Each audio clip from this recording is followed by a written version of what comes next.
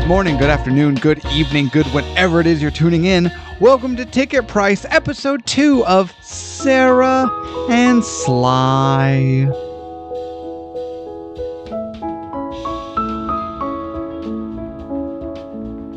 I am your co-host Jake, sitting across the way, co-host extraordinaire, and the only man who has some kind of obsession with ice cream sandwiches. Tavis at Master Control. Tavis, how are you, sir? Ice cream sandwiches are delicious. Why are you saying it like that? Because you act like it's some crazy thing that I like ice cream sandwiches. I didn't have a problem with the ice cream sandwich. It was the mustard. It's delicious. You take that first layer off of the actual cookie and then squirt mustard on it. Ketchup, mustard, lettuce, cheese, tomato. Ice cream. then you put the top then bun you of dip it in gravy. And then you deep fry it. Well, obviously. Yeah. And then smothered it with powdered sugar. Fucking phenomenal. So it's like a burger, an ice cream bar, and a funnel cake, all just kind of rolled into one. Yeah. $1 million idea. You're welcome. Good morning. I'm Wilfred Brimley, and I'd like to talk to you for a few minutes about diabetes. This would not be an episode of Sara and Sly if we didn't have the titular guest host, the half a burger eating Sara in the guest chair. Sara, how are you? I've been better. Did you have Did you have a nice dinner? How was your dinner? She is full. Okay, I am. She's full. I'm full, and it was delicious. And I'm sorry. I wouldn't know. I didn't get any. Did you get a blizzard? I did not get a You blizzard. didn't get a blizzard? I didn't get a blizzard. I didn't get a blizzard either. I'm a grown man. I get what I want. You're all adults with your own vehicles and money. Go get what you want. My wife, the podcast mom, cooked a delicious dinner of burgers. But we forgot Sara was joining us this week. So I thought, you know what? She can. She's coming here right after work. She can have my burger. So that's what we did. Nice gesture too. That was nice. I didn't know it was your burger until the deed was done. Okay. So I'm like, yeah, it's on the stove. Don't worry about it. She eats the burger. So we think, audience. So we think. All right. We're watching some goofy stuff on YouTube, as we frequently do when we're supposed to be having production meetings, quote unquote. And as we're getting ready to come down here and record, I lift open the trash can lid to throw something away, and I swear to God, folks, this is not hyperbole. There was a beam of light coming from somewhere. I don't know. Could have been God. It could have been, maybe it was a rapture type scenario. Maybe it was a mission on a video game. You have those highlighted characters. See, right? It was pointing me to my objective. Yes. Right? Could have been aliens. I don't know. But I opened the trash can lid. My foot presses the little thing down, and as the lid is raising, because the light just starts emanating from the trash can. And as it fully emerges, perfectly sitting on top of the trash, as if placed there with full intent to be found, but also to make sure that there was not a single piece out of place. It was picturesque the way it was sitting on top of the garbage. It wasn't next to anything. It hadn't fallen. The top bun had not fallen askew in any way. You could have taken a picture of this for a commercial. You should have then. It was perfect. And it was half. I'm talking a full 50% of the goddamn burger. It's a big burger. It was a normal size burger. It was the size of my face. That is inaccurate. It was the size of your hand, maximum. I have a small hand. And most importantly, it was my goddamn burger. I didn't know it was your burger. Sara's going to be hungry. She can have it. That's no problem. I didn't know you were going to throw half of it away. If you wouldn't have sacrificed my dinner for you to eat half of it. If you had said, hey, I would like to give you my burger, I would have said, no, Jacob, you can have your burger and I will just have the delicious mac and cheese. No, because I would have. The mac and cheese was also mine. You're saying you wouldn't have you would have given your entire meal, but you wouldn't have given half of it? I just want to say, I'm having the best time. Well, at least somebody is. It's only slightly better than the mozzarella stick. Why do you all have such terrible etiquette? I didn't forcibly take food from your plate. I didn't know it was yours, and I didn't know that you gave it to me. I said your dinner is on the stove. Yes. You knew it was being given to you. I thought you guys had both already eaten. You didn't tell me you didn't have dinner. All right, now. No, because that lessens the gesture. If you're like, oh, here, Sarah, have this burger, because it was totally mine. I would have. No, you just go ahead and enjoy it. I would have given it back to you. I'm abstaining from dinner. Stare at her every time she takes a bite. Well, apparently she only took 3, so it wouldn't have been that awkward. What are we doing today? Apparently, we're teaching the world proper food etiquette. Eat your okay. You didn't eat the goddamn food. Why did you take it off your plate and set it so perfectly in the trash? Most people just dump that shit off their plate and it all falls askew. And this was perfectly picked up, set in the garbage. You even like artistically tilted it to the side so it would have a little. Looks like Del Spooner's hat. You should have just taken a picture of it then. We should. It's still in your goddamn trash can. Don't think I won't. What are we talking about today? I'm talking about my goddamn burger. Tevis, what are we talking about today? He's talking about his goddamn burger. Should I just leave now? Take your burger with you. You have plenty of leftover. Now, getting to the meat of the matter. Oh my gosh. See what I did there, Tevis? I got it. Yep, I love it. See, because meat, like the burger she didn't eat. I think the audience would like to know what movie we're talking about We're today. talking now, episode 2 of Sara and Sly.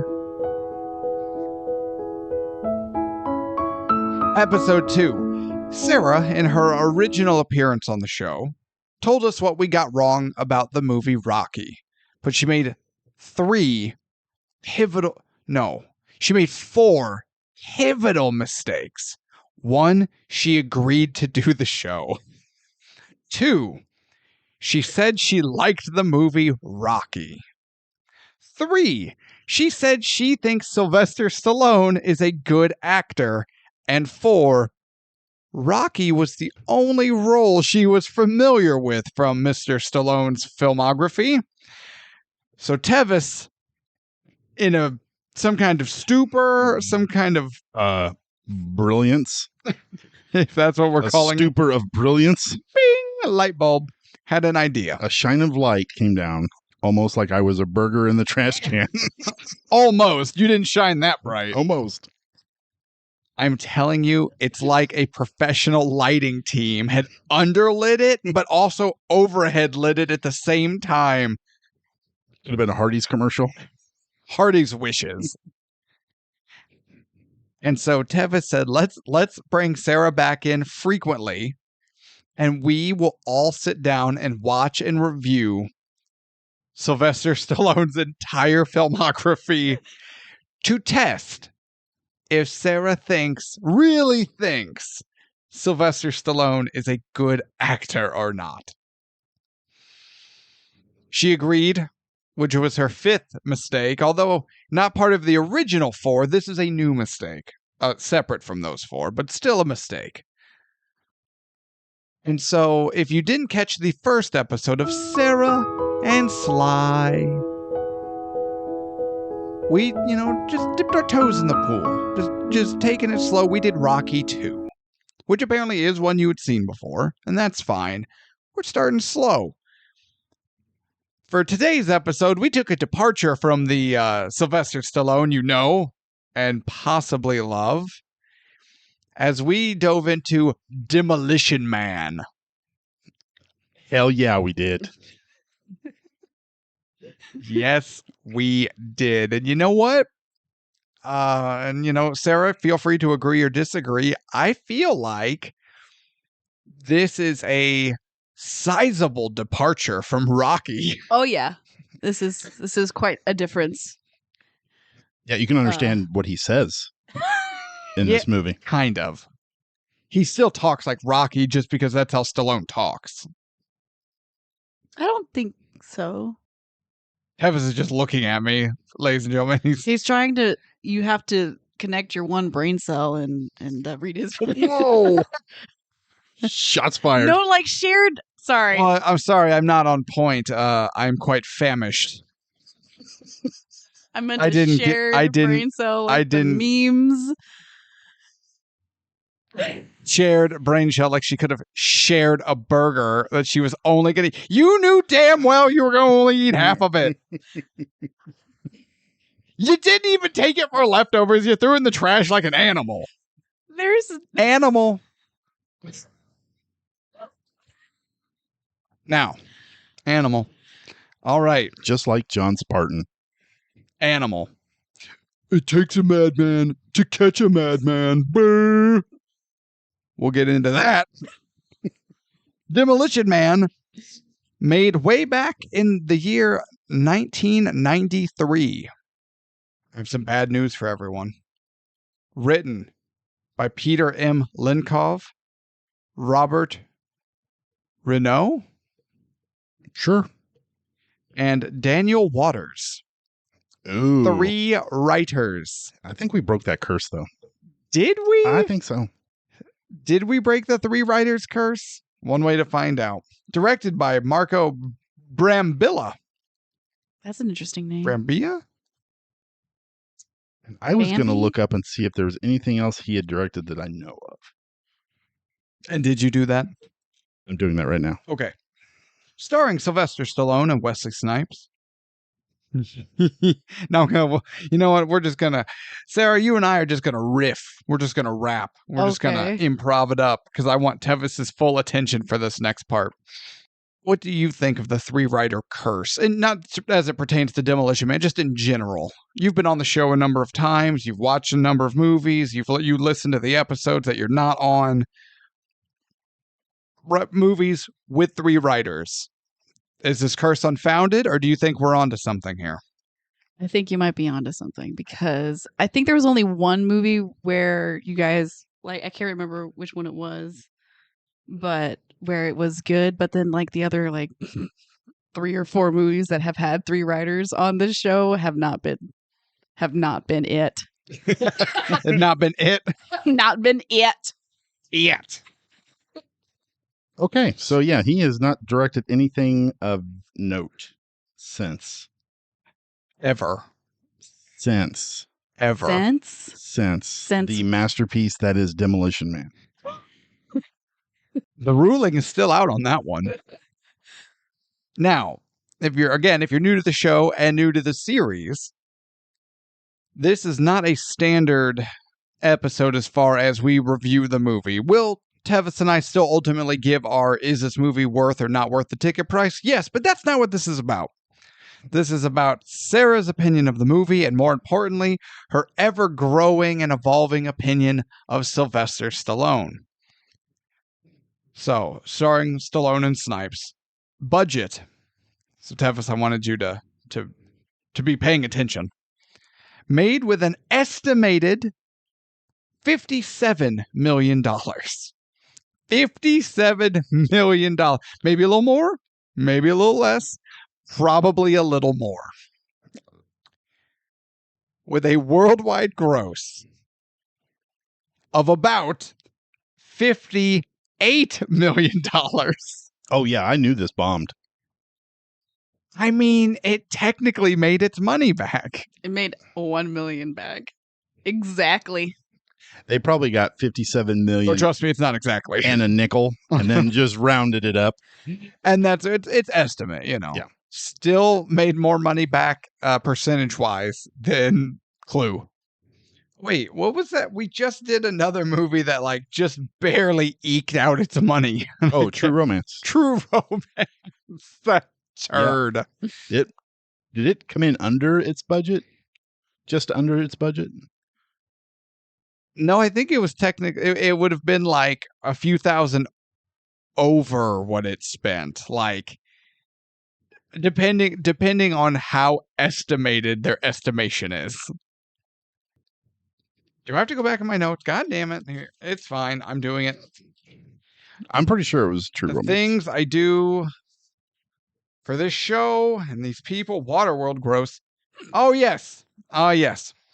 True Romance made with an estimated $13 million. Maybe a little more, maybe a little less.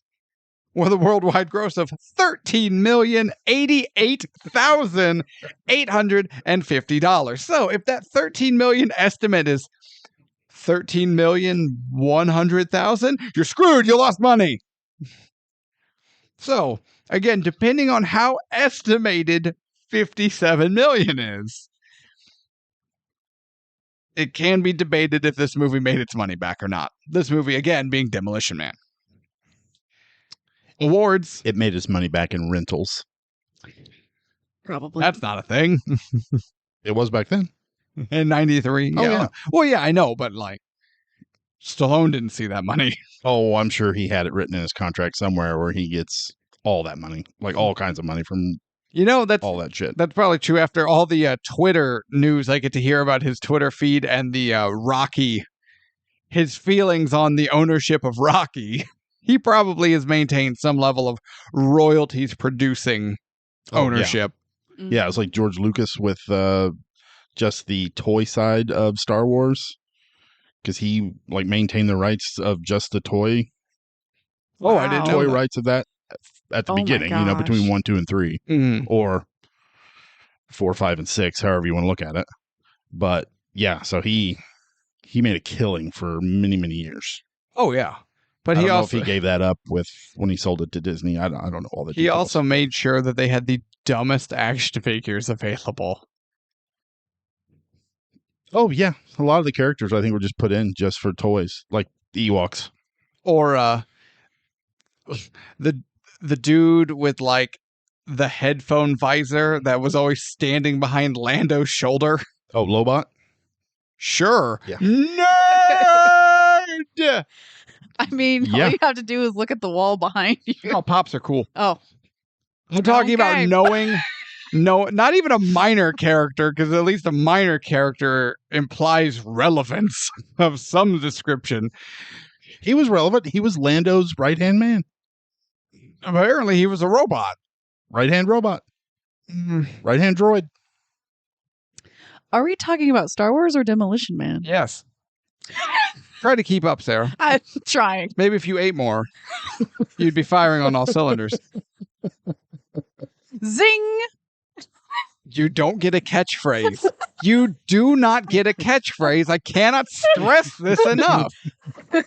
You don't get a catchphrase. Uh-huh. Okay. You are so close to getting the Professor and Marianne treatment from Gilligan's Island. You won't even be in the theme song I didn't know there was a theme song to Gilligan's Island, the No. TV show. to ticket price. We have that sweet jazzy intro. Okay. Do you know how long Tevis spent picking it? Minutes! Minutes! Going through royalty-free music. It was the choice of that one or some guy playing the kazoo with his butt. So I'm like, I'll go with the jazzy Oh, one. I'm some guy now. You I didn't want- have to do it in the studio. You could have recorded it and I'm sorry. sent it to me. Where is our recording equipment? Don't you have a phone? Well, yeah, but the guest microphone was more convenient. Oh my gosh. Yeah, no, I should have probably watched that. Sorry, Sarah. It has surely aired out by now. Oh Yeah. my gosh. All Yeah, right. it's been days since we recorded that. Days. Awards. One win with 7 nominations. I looked it up and I didn't recognize any of them. Well, Right. you don't know what the name of it was, by chance? No, I didn't write it down because it's Oh. not important enough. And I don't remember what it was. Okay. It was a large nonsensical acronym, the AAA RP Oh. CP ABD award for screenwriting or whatever the hell it was. Like, Sponsored by Taco Bell. sponsored by Taco Bell. It could not, or Armor Hot Dogs. It could not have mattered less. I'm sorry. Okay. Ratings. IMDb with a 6.7. D+. That's pretty low. Is it? Yeah. Well, we'll get there. I don't understand your love of Stallone, and I will not sit here and let you influence our guest. You are skewing the experiment. Rotten Tomatoes, 63%. That's way too low. D-. That is way You too are low. influencing the guest. Please disregard his Okay. statements. Your opinion is completely valid and totally your own unless it agrees with him. All right. In which case, you're a burger throwing away monster. Do you want me to let this go or not? Sarah, do you need me to go get you another water? I'll go get you another water. I'm good. Okay. Why? She'll throw it away. You know how to make this stop. How do I make this stop? I don't understand that look. Search your feelings. I'm I scared. think he wants you You to will be. shit on Stallone. No, it's 2024. Some people are cool with that. I want you to have a negative opinion about Sylvester Stallone and the movie Demolition Man, whereas Tevis wants you to have a positive opinion. So who's swaying the guest now? You're my guest. I can do what I want now. Oh, I'm sorry. Was I influencing? I'm so delirious. Hot mic. Hot mic. I'm so delirious from hunger. The vultures are circling. We have to hurry this along. I may not have the strength to get through it. This episode may be the end of me. Didn't you have a blizzard? That is not the point. What I did or did not have to replace the burger I definitely didn't get is irrelevant. I'm a grown man. I can buy what I want. We're not talking about what I did eat. We're talking about what I was not able to eat. Thank you. All right, getting into it. Movie starts. L.A., 1996. I have in my notes here, the riots continue. I have in my notes, Angela is on fire. Apocalypse? Yeah. It looks like the beginning of Mad Max. Like this is the start of a Mad Max movie. Which I do think was partly what they were going for. I agree. If only it were done better. I disagree. So what we have is Officer John Sparatan. Sweet name. No, it's not. Sweet name. No, So it's sweet not. name. I hate that. Maximus Decimus Meridius is a sweet name. John Spartan is someone going, oh, this is manly. I'm so intelligent as I get high on the smell of my own farts. John Spartan is the name it takes 3 writers to come up with. And it shows. As they are helicoptering in to L.A., to again, it looks like a war zone, but also having never been to LA, I'm not gonna lie, my natural assumption is it does in fact look like that at all times. Did you catch who the pilot was? He looked like one of the Johnsons from Die Hard. Exactly. Yes! Grand L. Bush. And he was also in Lethal Weapon. So this marks 3, 3. but that's not... Still not enough. 3 means nothing, Bush. Get better. How many movies is he in a helicopter? Is that just his niche? He's man in helicopter? Probably. Although he wasn't in a helicopter in Lethal Weapon. Shame. There was even a helicopter in... There were a couple helicopters in Lethal missed Weapon. It. They had the guy right there. No, that's right. In Lethal Weapon, he was... Oh, you did shave. Some detective. So they are going after Wesley Snipes' character, Simon Phoenix. Simon Phoenix. Simon Phoenix. Now, That's a cool name. no, that's a fine name. That's a cool name. I have nothing actually, am I like, oh, am I in love with Simon Phoenix? No. But do I have anything against the name Simon Phoenix? No. But I will with what they do with it. But we're not there yet. But I will. I'll point it out because it's my job to point things out. So, is it at this point we get the first, it takes a madman to catch a madman. When he bungee jumps out of the helicopter. And the camera angles are like going diagonal. It was a sweet stunt. No, it wasn't. And the only thing worse than that stunt is, what does he yell while diving out of the helicopter? Phoenix! He yells his adversary's name while diving out of a helicopter for no reason. Yeah, but so does everyone. Doesn't Batman do that to Joker? He doesn't go, Joker! And then like dive out of the bat plane or whatever. It's something that he would do, Captain though. Kirk does that all the time. Yeah. He wasn't jumping. His best friend had just died. Yeah, but then he gets in a helicopter and bungee jumps to a planet. That does not happen. And he screams all the way down. This is gratuitous lies. I don't even like Star Trek, and I will not stand for this just malfeasance of the truth. So, John Sparatan. Terrible name. Yells, Phoenix! Yeah. All the time throughout this movie. Yes. And there's a few times, I'm not even going to lie, it sounded like he said, Penis! What? You were the only one that got that. Listen. All right, hold on. He's going to play the clip. Then go and do your job. Penis!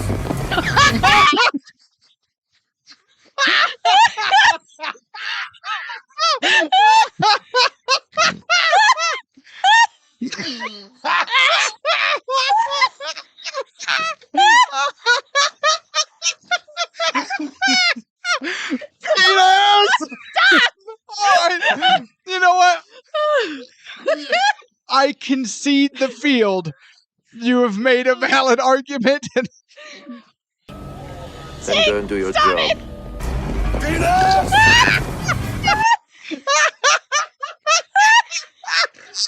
This movie sucks.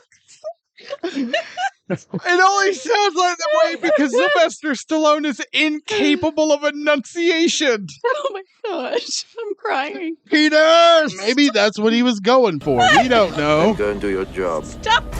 Penis! Every time you play it, it sounds more and more perfectly pronounced in my head of penis. Mm. Ooh, I'm crying. So, you're welcome. No one said thank you. And you'll never have to. Wait. Let me look around the studio. No one's saying thank you. Well, we're sufficiently derailed. All right. Okay. But you know what they are saying. How? Penis!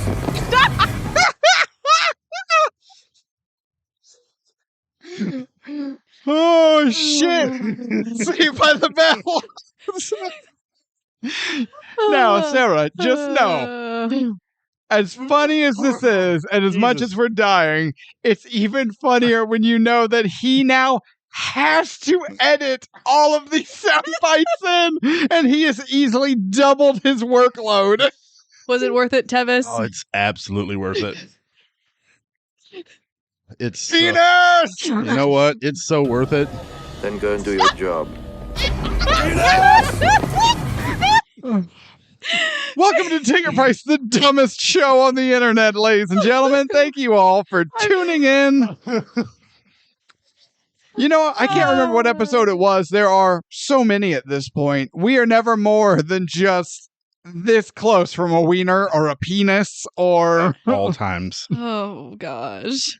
We always have it cocked and loaded. See what I did there, Sarah? Cock. Yeah. Cock. Yeah, I get it. Penis. Cock. Yeah. Wiener. Penis! Penis! Say it again. One more time. Penis! No, that's the tip of the That's your elbow. elbow. That's your elbow. Yeah, that's right. All right. He goes in there to save the hostages from a bus. They were on a bus. They were taken hostage from a bus. Right. That's what I'm saying. Yes. So Phoenix. It sounded like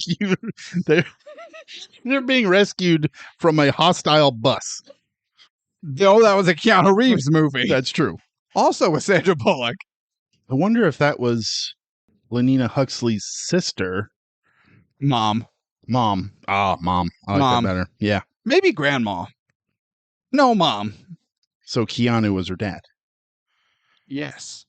Because she was conceived in that subway train that was laying in the middle of the highway. Because they Is this a euphemism? Keanu's subway train was laying in the middle of her highway? What are you saying right now? No, at the end of Speed, that subway car is on its side, and they're making out hot and heavy. And We are so far off topic.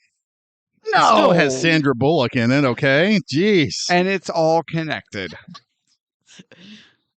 So, Simon Phoenix within South Central LA has carved out a little empire for himself, which is a little confusing if you think about this movie too hard, which I have.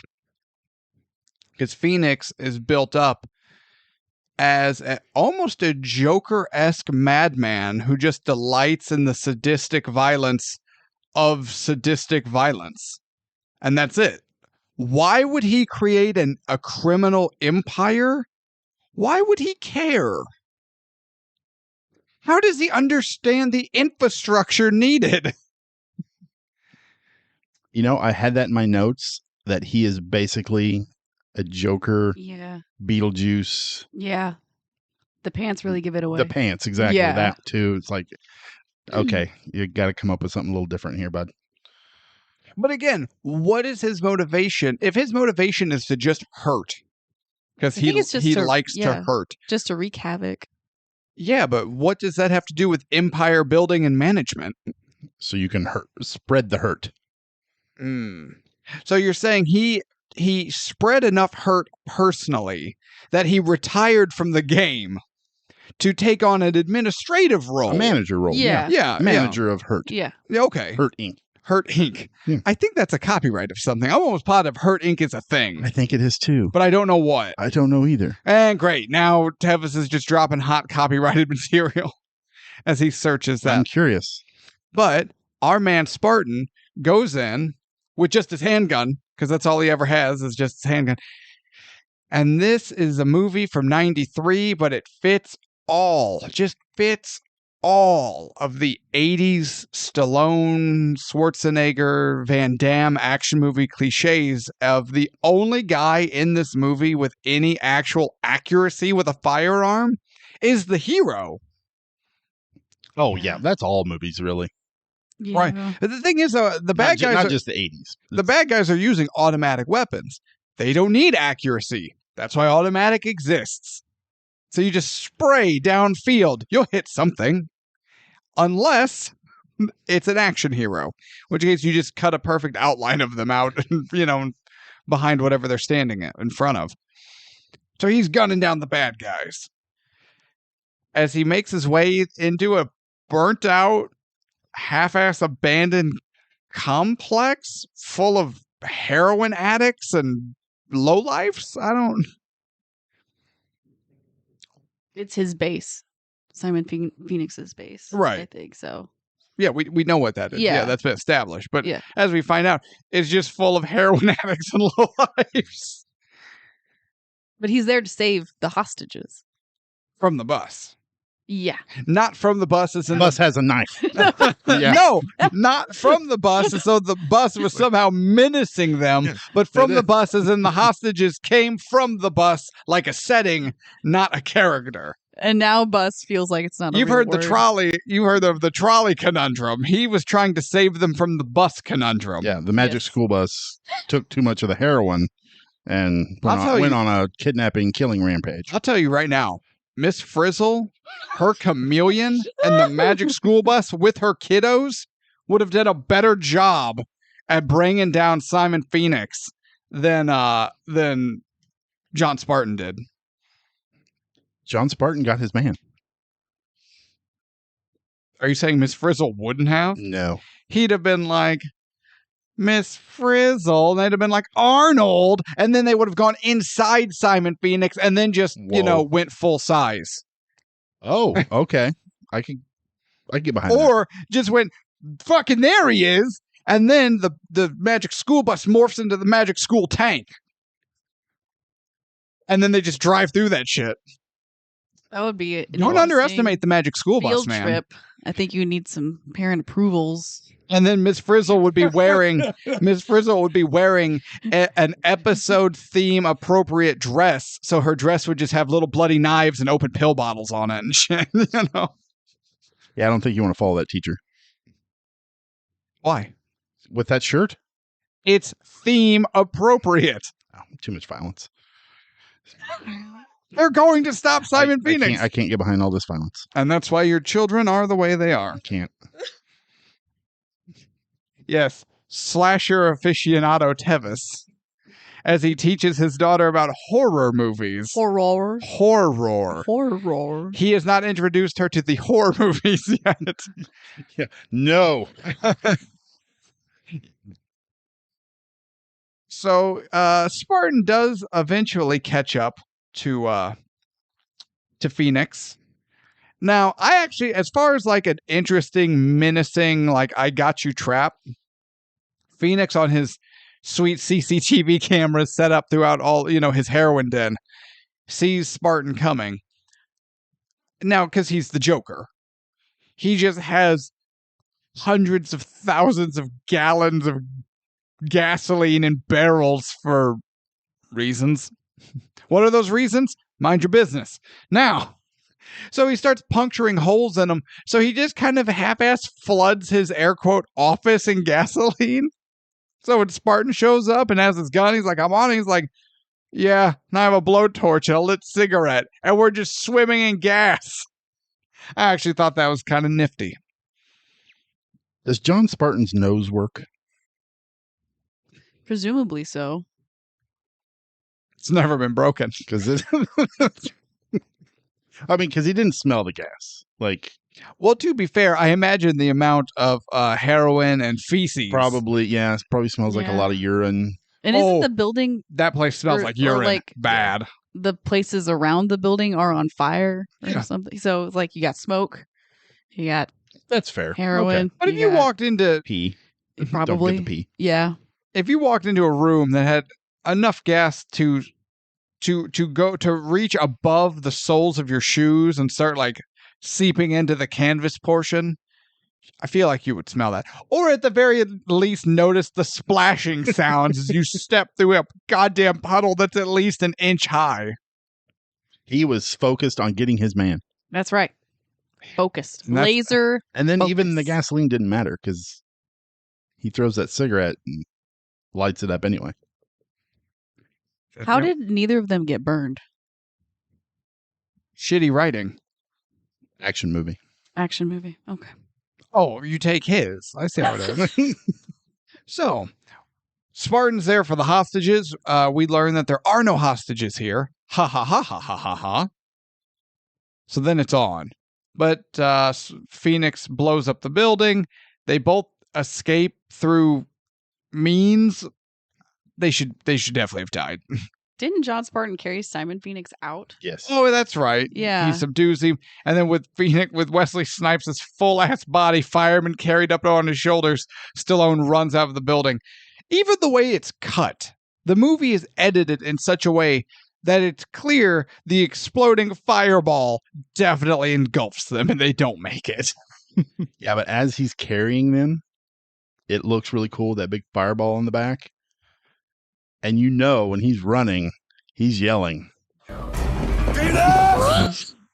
That's true. It's like, hey, Spartan, what are you carrying? Oh my gosh. Oh, sorry, I had to throw that in there. So when Phoenix tells him that there's no hostages here and where are the hostages? Now wait, tell us who are you talking about? Sorry. When Phoenix tells Spartan that the hostages are not here, Well, where are they? He goes, oh, I don't know. I would lose my head if it wasn't attached. Lame. Man, such great foreshadowing. Mm-hmm. So deep. Such amazing piece of writing. It's an amazing piece of something. Writing. Foreshadowing. Feces. Foreshadowing. Poo-poo. The caca. No, the Shit. Peanut. My impression of it is getting better. It's getting better. Every time he reaches for his keyboard now, I think he's hitting play. I know. I'm like, I'm gun shy now. He just keeps menacing me like that bus menaced those people. well, I think we should also point out that John Sparatan used a Penis? No. A penis! Oh! The inflection makes all the difference. It does. used like a thermal device or something to make sure that they're like to see where the hostages are before he. So after the building explodes, they got Phoenix, and then he's talking to like his boss, like the captain or whoever. And then he's like, "Damn it, Phoenix, you're a loose cannon. You're Demolition Man bullshit, blowing things up. You can't be doing that." I did from write Lethal that Weapon. down. Yeah, I was like, I thought I recognized him. Yep, that's who it was. So wait a minute. Wait a minute. This is yep. And it's in LA. Yeah. So somewhere out there in this wasteland, Riggs and Murtaugh are getting actual work done. I think Phoenix killed them. Murtaugh, most definitely. Riggs, not a chance. Are you kidding me? Riggs basically got killed by a fat African diplomatic immunity. whoa. Phrasing. Phrasing. I was going to say consulate, Which is true. but then I couldn't remember the word. So what you're referring to is Lethal Weapon 2, and there's a fat old man who is a white South African consulate There we who's go. also a drug-dealing racist. Exactly. But the way you worded it Yeah, I was gonna say was... that was. That that was bad. That so was really bad. if you're playing bingo, you're going to see a tile on there, depending on the board you picked, but I think they might all have it. Tevis gets racial. You're going to want to go ahead and just check that one was off. not racial. That was a misspeak. But there's also that board too. So Just go ahead and check that off. Do yourself a favor. But that's when Spartan is like, no, I did a thermo scan of the building, and there were X amount of people in this building, not nearly enough to be the hostages, and I killed them all, and they were all bad guys, which I was fortunate to find out after I killed them. It was very, in which Naked Gun is it? Where it's like, actually they do the joke in the one, and then they do a joke in like the sequel, where it's like, where they're in the first one, I think they're awarding Drebin an award for killing the most drug dealers in a calendar year. I don't remember that. And then he's It's like, been a while. and they're like, for killing 35 drug. Actually, it's 36. I ran someone over on my way here on accident, cutting through the park. It's okay though. After the fact, I realized it was a drug dealer, and it was fine. and then the second one, that's kind of the same joke, and he's like, "Hey, I see 9 men stabbing a guy in a park. I shoot the bastards and ask questions later." And his boss is like, "They were actors, you idiot! they were Shakespeare in the park performing Julius Caesar. Oh, You killed 9 very talented actors." it's too brute. Hey,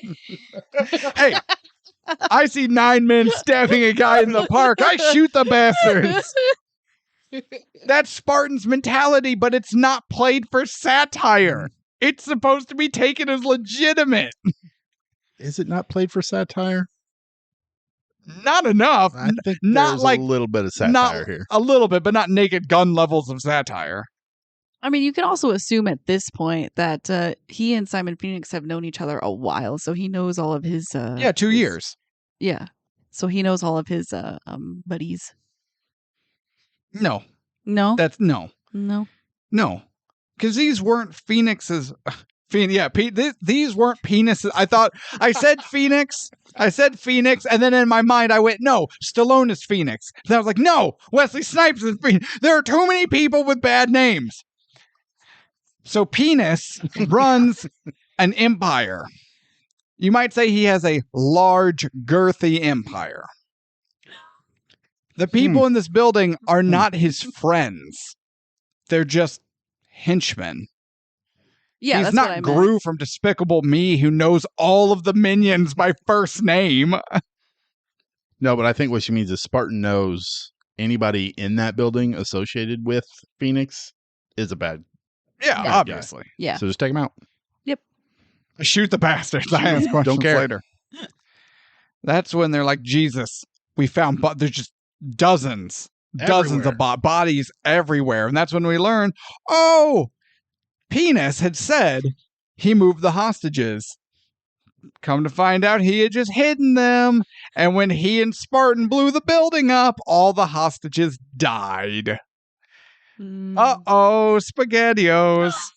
Do you think the bus died? That bastard bus with his knife? I mean, we don't see the bus die. And I don't remember Spartan shooting a bus. He probably shot a lot. He shot a lot of Yeah. stuff. He did. I didn't see a bus. There get were shot. a lot of close-ups of him just shooting in different directions. Behind his back. Yeah, between his legs. He probably shot the bus. Okay. So now how is it that he and Phoenix get the same sentence? That's what I didn't understand either. Plot. Writing. I mean, yeah. Bad writing. writing. Because now Phoenix, he just gets taken away and we learn later that he's cryo-frozen. Mm-hmm. We don't pay attention to that. Spartan is removed from service and is ultimately tried and found guilty of 33 charges of involuntary manslaughter and is sentenced to 70 years of cryo imprisonment. So they're going to put him in cryostasis for 70 years and basically reprogram his brain during that time. But that's his sentence. But that's involuntary manslaughter. Also, he didn't find the bodies with his thermal Right. thing. So I don't get it because he didn't have any proof that there were any hostages around. Right. That's why it wasn't. So that was probably the defense. That's why it was involuntary manslaughter. Right. Yeah. But it doesn't change the fact that his direct actions caused the death of those 33 people. Mm. I always took it as they were already dead. And after they shifted through the wreckage of the destroyed building, they found the bodies. That's why it didn't come up on the thermal scan. Oh. That's how you always took it? That's how I always took it. Not because Simon Phoenix at the end of this movie blatantly says that exact thing that we haven't gotten to yet. No, but I mean, even when they said that at the beginning, Yeah. that's how I always took it. That's why they weren't on the thermal scan. No way to prove it, though. The building exploded. True. Maybe if he was good at his job, he being John Sparatan, the building would not have exploded, and they could have been like, they had been dead for however long. Nothing he did mattered. They still could have figured that out. It was 93. Oh, they still could have figured that out. No, in 93, you could get away with a crime by just not being present when the cops showed up. I don't know. I think And they were explain to me how I'm here doing a podcast, Evis. on this movie. Huh? What? What? What are you I talking think about? we need to move on. I think I about stooged on myself for something that I'm pretty sure the statute of limitations expired on. Oh, Where are we at? Cryostasis. I'm gonna scoot over. Yeah, go sit next to Big Daddy. yeah. So why? I always had a problem with this. The penis? The taint. Yeah. Oh my gosh. The balls. Are we gonna talk about this? Yeah. Oh, we're talking about it because we've talked. So, Sarah. So, cards on the table. There's way more penis in this episode than I think we've yeah, ever had. I forgot about how much penis there was. I'm pretty sure Tavis's statement is untrue. Now, I have never played a YouTube video that yells penis so many times. you're watching the wrong videos. How many links do I need to send you? Can I continue, please? Yes, go ahead. Damn, every time I try to make measurable ground, you guys just as huge weights around my ankles. You invited me here. No, he invited you here. I gave you my dinner that you left in the trash can. I did a thermo. There are no burgers in this building. There were no burgers in the building. And then they were just like, we found it. My God, there's so much burger in there. It was half. I forgot what I was. Okay, we've talked about it before with other movies, Jaws being the first one that comes to mind, but I don't think it was the only one. These movies are filmed with a certain quality of their time, and there were certain shots, lighting, etc., that they purposefully did to obscure certain things. But now in 2024, at the time of this recording, with 4K high def and Blu-ray and everything, those obscurities don't hide as much as they used to. That is for sure. No, they don't. Because John Sparatan gets in the crypto tank butt naked to be frozen over. And I'm not sure why they chose that either. But they did. Why they chose him to be butt naked? Why they chose, why would you want to be frozen naked, I guess? I think it's just to show off Stallone, honestly. Okay. So, I mean, me and Jake have talked about this before. Like, if I look like Stallone, I would be going to the grocery store looking like I'm getting ready to be cryo frozen. They would kick me out of every Walmart within the 100-mile radius. Would they, though? Because I've seen the people who go to Walmart. That's true. That is true. Okay, moving on. it's true, though. If I look like Jake Gyllenhaal in Roadhouse or Stallone here or whatever, any of that, no shirt, no shoes, no service. Yeah, that would be a suggestion. And then I would walk in and they would go, oh, no, he's fine. Absolutely. I'm pretty sure we see pulse though. Yeah, because the camera's like rotating around the frozen figure. Yeah, and Stallone is also moving around a lot too. And his legs are bent, but like splayed a little bit, and like one's forward, one's back. It's very unnatural. Yeah. And it just leaves ample room for things to just dangle. Yeah.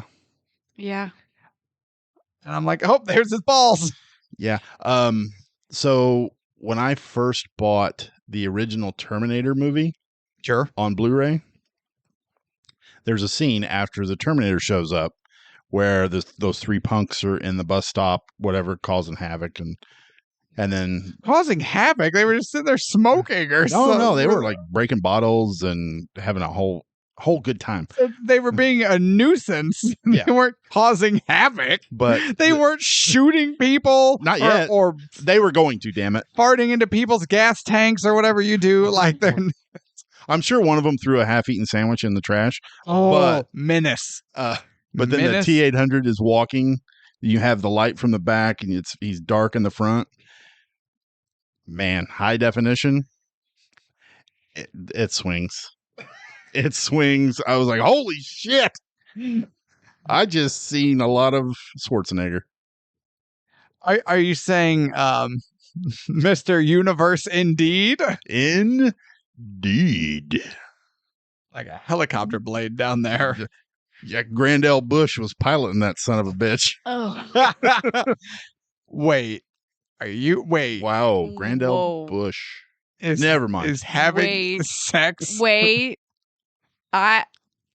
What? We need to go back on topic. Oh, Stallone's balls. Stallone's balls, yeah. You're right, Sarah. Thank you. You're welcome. We can only talk about one action star's penis Let's at a get time. off of Schwarzenegger's penis and get on Stallone's penis. Thank you. Balls. Sorry. No one's on his penis. We're firmly in the taint and ball region.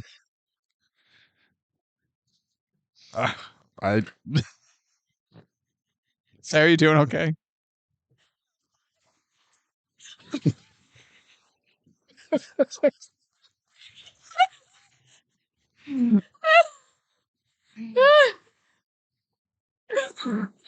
I'm good. All right. Flash so forward good. to the year 2032. Two, I think. Yeah. Man. This movie is really just the pussification of America. Or is it even America? Is it just LA? Like, we don't actually get a nice cross section of the United States if the United States is still existing. It's San Diego and LA, but it's like its own entity. Well, it becomes separate San from Angeles, America. right. Yeah. Because but it's still like, but what I'm saying is it like an independent nation? I think it is because, because the way that it operates. Right. Yeah. It's clearly outside of any national governing body. Right. So maybe the United States doesn't exist anymore? I don't know. They don't really go into it. Although I feel like that would, if I woke up, what was it, 36 years? Also, it's only been like 36 years, guys. Calm down. All right. They need to enhance their calm. Oh my God. Oh my God. Mellow greetings. What is your boggle? Okay. Greetings and salutations. Thank you for calling the San Angeles Police Department. If you would like to speak to an automated message, please press 1. He doesn't know about the seashells. I want to punch Rob Schneider anytime I see him on the screen. We're not at Rob Schneider. That is his quote. Literally. I know, but we're not there yet. You guys are now just quoting this shitty movie to irritate me. Like I won't just fly off the handle. Why enhance your calm? That's what my psychiatrist says. And he gives me a lot of exercises I'm supposed to do. I don't. I can tell. Because I have to do the show and watch these movies. But Phoenix is awoken in 2032 as he is being questioned for parole. So how is he getting a parole? Why is he paroled before Spartan? Or at all? Isn't this explained later? Because if I forget his name. Who's the guy that runs everything? Oh, Cocteau? Yeah. Cocteau. Cocteau. Got Cocteau and penis! Penis and camel toe. Got it. So Dr. Cocteau, yes. You find out later that he kind of arranged that. Right. So that would be why he would be up for parole is because of that. So right, but there was still at some point, even before all this went down and before Cocteau knew he needed a mad dog to go kill and eliminate the problems in his ideal society, Simon Phoenix's hearing gave him a sentence with parole eligibility. How? Why? How? That I can't answer. Yeah, I was gonna say I don't remember that. You get what I'm saying, though. Yeah, right? Like yeah. Unless Dr. Cocteau just, threw that in there, just as a just in case. He seems suitably insane and violent. No, I mean like when he knew he needed him, he's like, you know what? We need to bring this guy up for parole. So unthaw him. No one checks these records. Yeah. Well, everyone also kind of follows blindly. They do. They follow exactly what he wants, what he says. Whatever the computer says, they do. Right. God, this movie. Now, the more I'm thinking about this movie, doesn't even make sense. This movie makes less sense than the little sense it made before we started talking about it, which is impressive. Because He said the movie was impressive. We learn- I heard that. we learn impressive is not always good, as my third grade teacher explained to me. Now, Simon goes under. He's getting reprogrammed. Except, was he being reprogrammed from the start with computer hacking, advanced firearm training? We learn later in the movie or throughout the movie that Phoenix is basically being programmed almost to be a super soldier.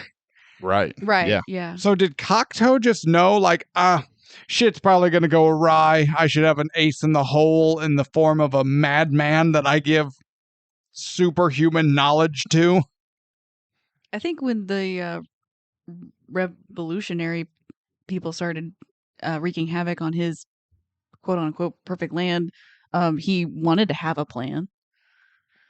So he could have started doing that when they rose up. Yeah, I think he has a certain level of access to everything. Yeah. Oh, yeah. So I'm not sure he went for in sure. and was like, you know what? I'm having a little issue here. I have an idea I might need to use, but we'll see. Okay, we're going to put a pin in this and move Okay. on. But Phoenix is again at a parole hearing, except he knows the voice passcode to undo his restraints. Isn't that convenient? To which case he begins to murder everyone in the room again, because this is a civilization of giant poussées. Murder, death, kill. If God damn it. I think that is needed in this society because Yeah. they don't understand how severe Right. that is. So they need all three of those words together. Yeah. So the rest of the police department, which again has Sandra Bullock, it has surprise Rob Schneider, it has surprise Bob Gundern. What's his name? Gundon? Oh yeah, Bob Gutton Yeah. from Shawshank. Yeah. The warden. From The Shawshank. warden. But now he's like the police captain. Chief George Earl. Sure. Also surprised Dennis Leary, but he's the rebel. And not a fan of Leary. Not until he got on Rescue Me. Like his stand up, I didn't think he was funny at all. And that's basically what we get here Yeah. is his stand up. And no, it wasn't for me. And so everyone is like, Sandra Bullock's character, whose name I couldn't tell you. Lenina Huxley. Thank you, You're welcome. nerd. Yeah. Oh, yeah. She is a diehard fan of the 20th century, we learn. Mhm. Although, apparently, she has just grouped all of the 20th century together into one amalgamation from the 50s to the 90s and has no discern for decade. I don't. How do you mean? What do you mean? Look at her apartment. Oh, okay. That's what you. Okay, I see. Like, it's just, oh, it's all 20th century. I'm like, bitch, none of this is even from the same era. Well, she lost me as a character when we were in her office, and she has the poster for Lethal Weapon 3 on her wall. Like, why that one? Why 3? It should be 2. It should be 2. It should be 2. I'll even be all right with 1. Oh, 1 I would be totally fine, Yeah. but it should be 2. It should be 2. You have 3 or you have 4. No, you should be frozen. It should be, yeah. You should be frozen. I think it's a reference to how when people are like, I wish I was born in this era, and then they completely like deck out their apartment, but they actually have no idea like what they're talking What? about. Yeah, no idea what's good, what's bad. Yeah, Yeah. because they have, Yeah, they're just, ooh, I'm such a fan for... Yeah. Yeah. I think it's kind of like that. Oh my God, I love Star Wars. My favorite character is Jar Jar Binks. Like, get the fuck out of here. Get the hell out of here! Oh my God, I love the 1920s. We should go back then. I agree, because your ass couldn't vote. Oh! Boom! Said it and I meant it. Zing. Certain people shouldn't be allowed to vote. I'm sorry. There should be some sort of IQ test. That I will definitely give you. I feel like Lenina Huxley is like not yeah. Hussey. Sorry. Lenina Hussey I'm very bad at saying the and X sound. penis and camel toe. Okay. Got it. The porn Anyway, parody writes itself. I feel like she's like the only police officer who is kind of normal. I don't know. Everyone is just No. too happy-go-lucky for me. Well, no, and she's just it's not that she's normal. She's obsessed with the 20th century and that like rough shoot 'em up violent. We could equate it as Americans. Like someone's like, man, the old West was so bitchin'. We need to go back where it was just Oh, yeah. bar fights and gun duels and violence and you just slapping people and you know that's what we need, right? But it's that. Yeah. My dad was a big, I was born in the wrong century. I should have been born in blah, blah, blah. I'm like, Dad, I've seen you repair shit. Like, no. Your wagon would have broken a wheel and you would have been eaten by deer. Exactly. He'd have been looking for a toggle switch somewhere. How can I wire this into my wagon? Jesus Christ. How would he have survived without a cigarette outlet to plug everything in? That's a cigarette, period. Like he would, no. But anytime I had a problem in any vehicle I'd ever own, he's like, oh, just bypass it. Just put a toggle switch in there. You'll be fine.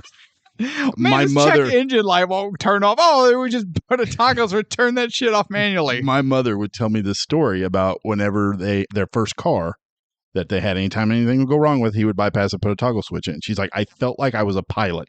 I would get in and have to turn this on and that on and this on and turn the battery on, the generator, the alternator, and it's like, no, my God. Yeah, he would have fell off the wagon and broke his neck and died. I mean, like, ooh, just the Oregon Trail pop-ups, with the text dialogue. Terry. Ooh, Tevis's dad fell off the wagon and got snake bit. Yeah, he died. Yeah. There's a reason my ancestors went from the east. We made it as far as St. Louis and said, good enough. We'll sell shovels and shit to the people going farther. Yeah. Good luck, y'all. Yeah.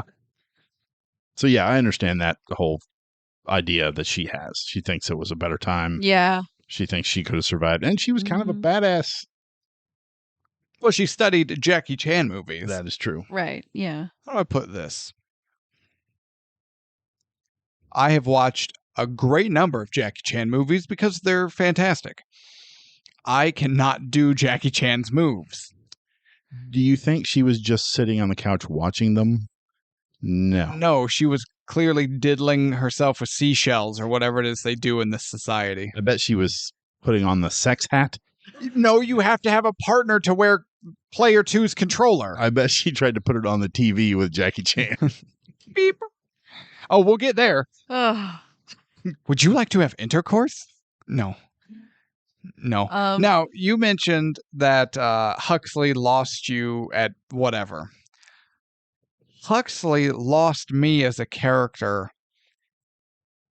in the casting agent's office when they said, we want Sandra Bullock.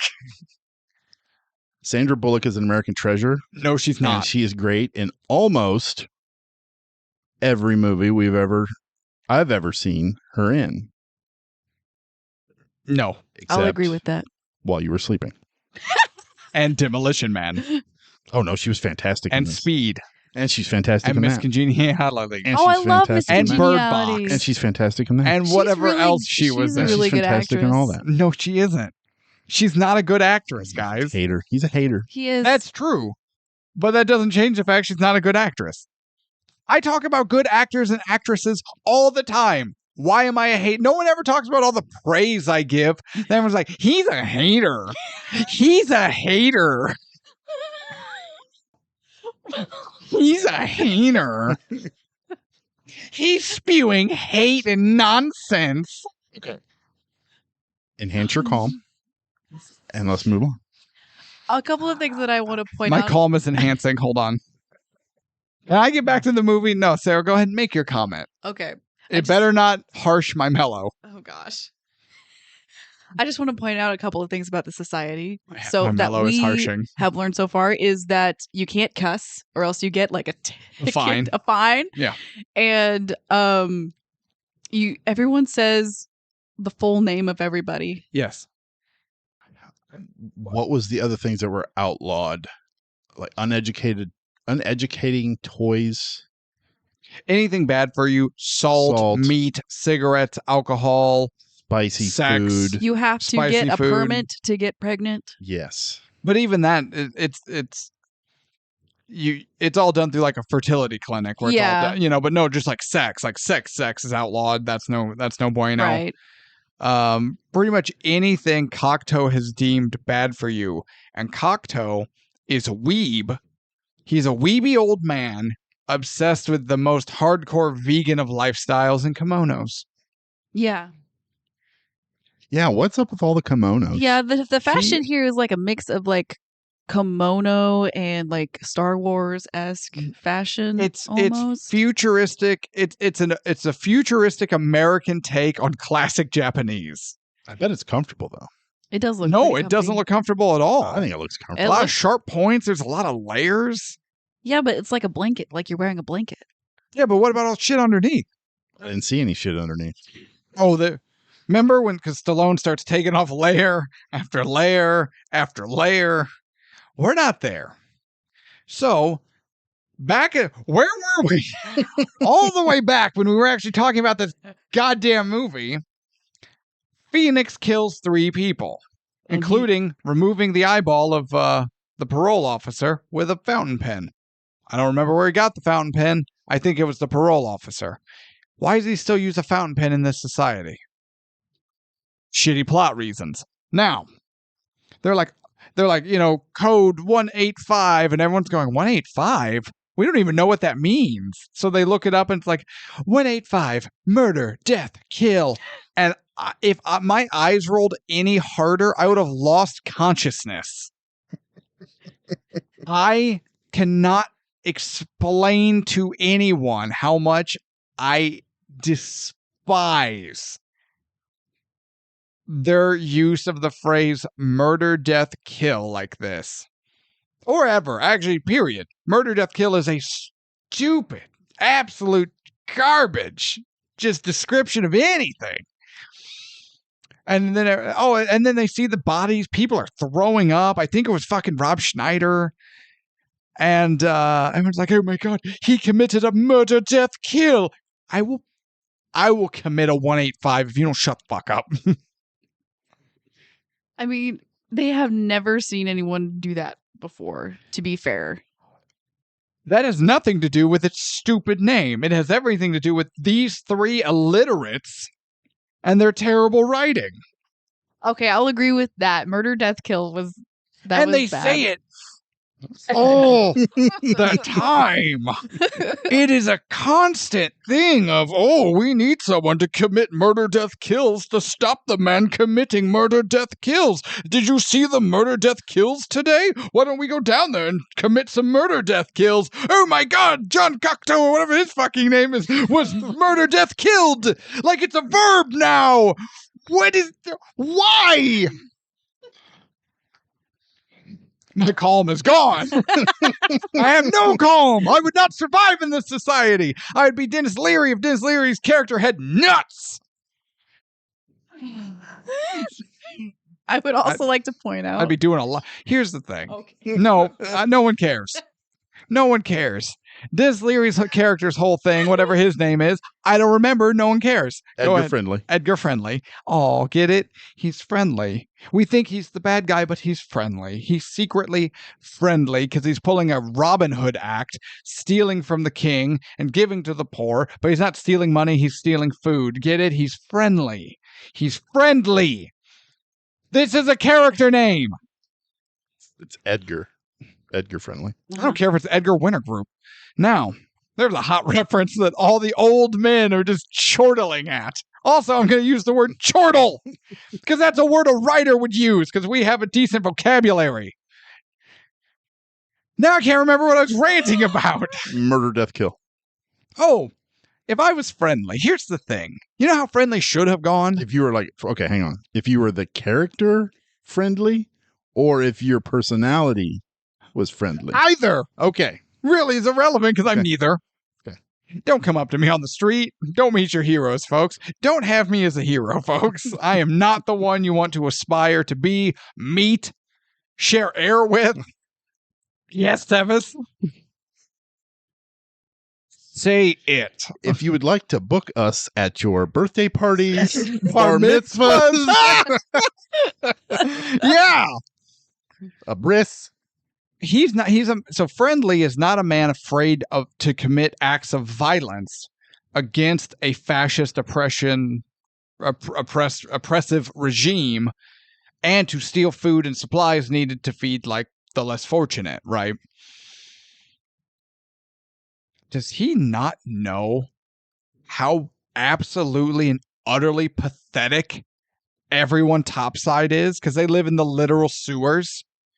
Do these Morlocks not know how easy they could just Teenage Mutant Ninja Turtle their asses out of the manhole covers and lay waste to everybody? This whole war could be started and ended in a day.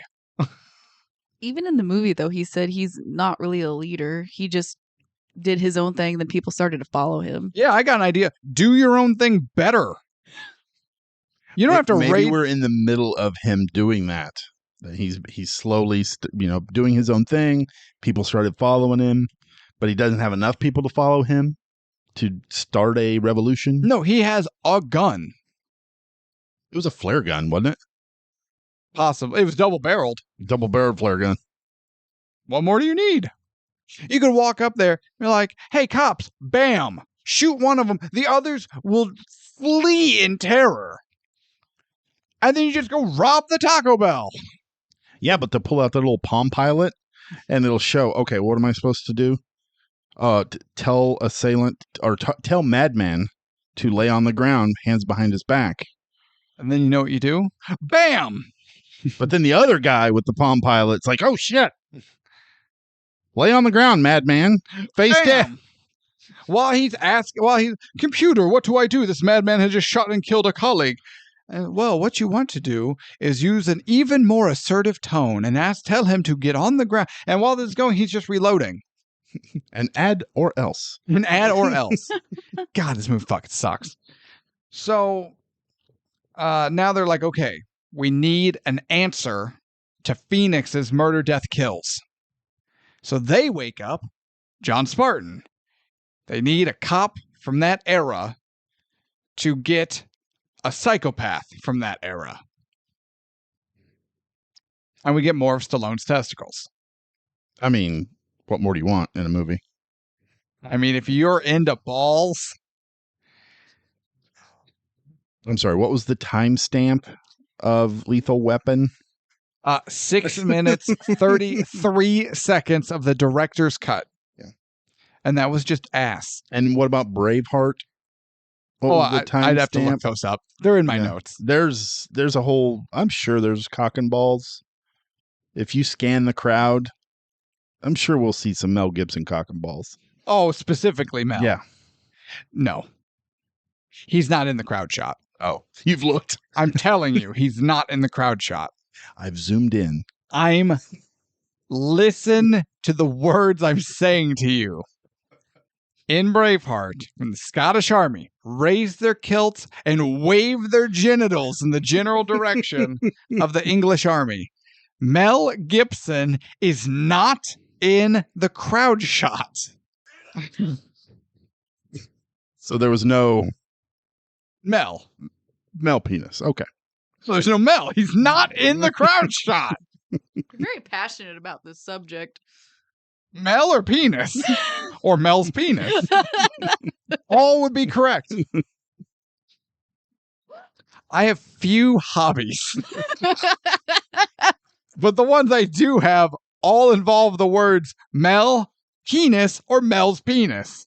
Mel Gibson, if you want to be on the show, if you and your penis would like to join us, we'll kick Sarah out. Oh gosh. We could talk about your penis. I mean, your favorite movies. What? Is it hot? Ooh, it's really warm in here. Okay. So anyway, when Simon is committing all those murder death kills, I'll kill you. I'll We- murder, death, kill everyone in this room. we have our first Simon Says. Oh, God. Simon I says forgot about that. die. Simon says, die. And now, remember, so I'm going to take a pin out of something from earlier. Remember I said I don't, on the face of it, hate the name Simon Phoenix. It's fine. There's nothing wrong with it. Wait. Now there's something wrong with it, and I hate it. You think they named him Simon just for that joke? Yes, I do. I think they came up with that joke, then came up with the first name of that character. Probably. One of these three assholes went, hey, you know what would be funny? If his name was Simon, and he would be like, Simon Says, you know, and then he does something. And they were like, oh, man, like, what could he do? I don't know, like, maybe he could be like, Simon Says, get down, and then he hits a button and blows up a bunch of windows, and there's glass everywhere, and they have to hit the ground. It's like, okay, yeah, we could do that. But, I got, what if he's like, Simon Says, and they probably went on this for about 2 hours. Yeah, you're probably not wrong. There's a lot of back and forth quips Yes. in this. That you would get from three writers going, no. Okay. Say that line again. Say, I came up with something. I got it. Say it again. And then they go back and forth and write it down from there. And it's shit. Simon. Who's he even say that to? I don't even remember. It was either the guards or the chief or somebody, I don't know, somebody in the room with him. Yeah, he I can't shot. remember. I think he shot them, I can't or recall. he stabbed them with a fountain pen, or He does that Simon Says thing again later in the he does it armory. many times. He sure does. In the armory where there's guns that work. And there's ammo. bullets. Yeah, and ammo. Oh, we're not there. Yep. Although we should be. Can we just get to the end? Let's get to the armory. All right. So they wake up Spartan. Come to find out, the Demolition Man isn't acclimating to this new world and this new society very well, and it's a lot of bumbling around that we're supposed to find funny and or entertaining, and it's neither. Yeah, So Rob Schneider's on screen, so that's one reason right there. no one has ever laughed at a movie screen while Rob Schneider is present.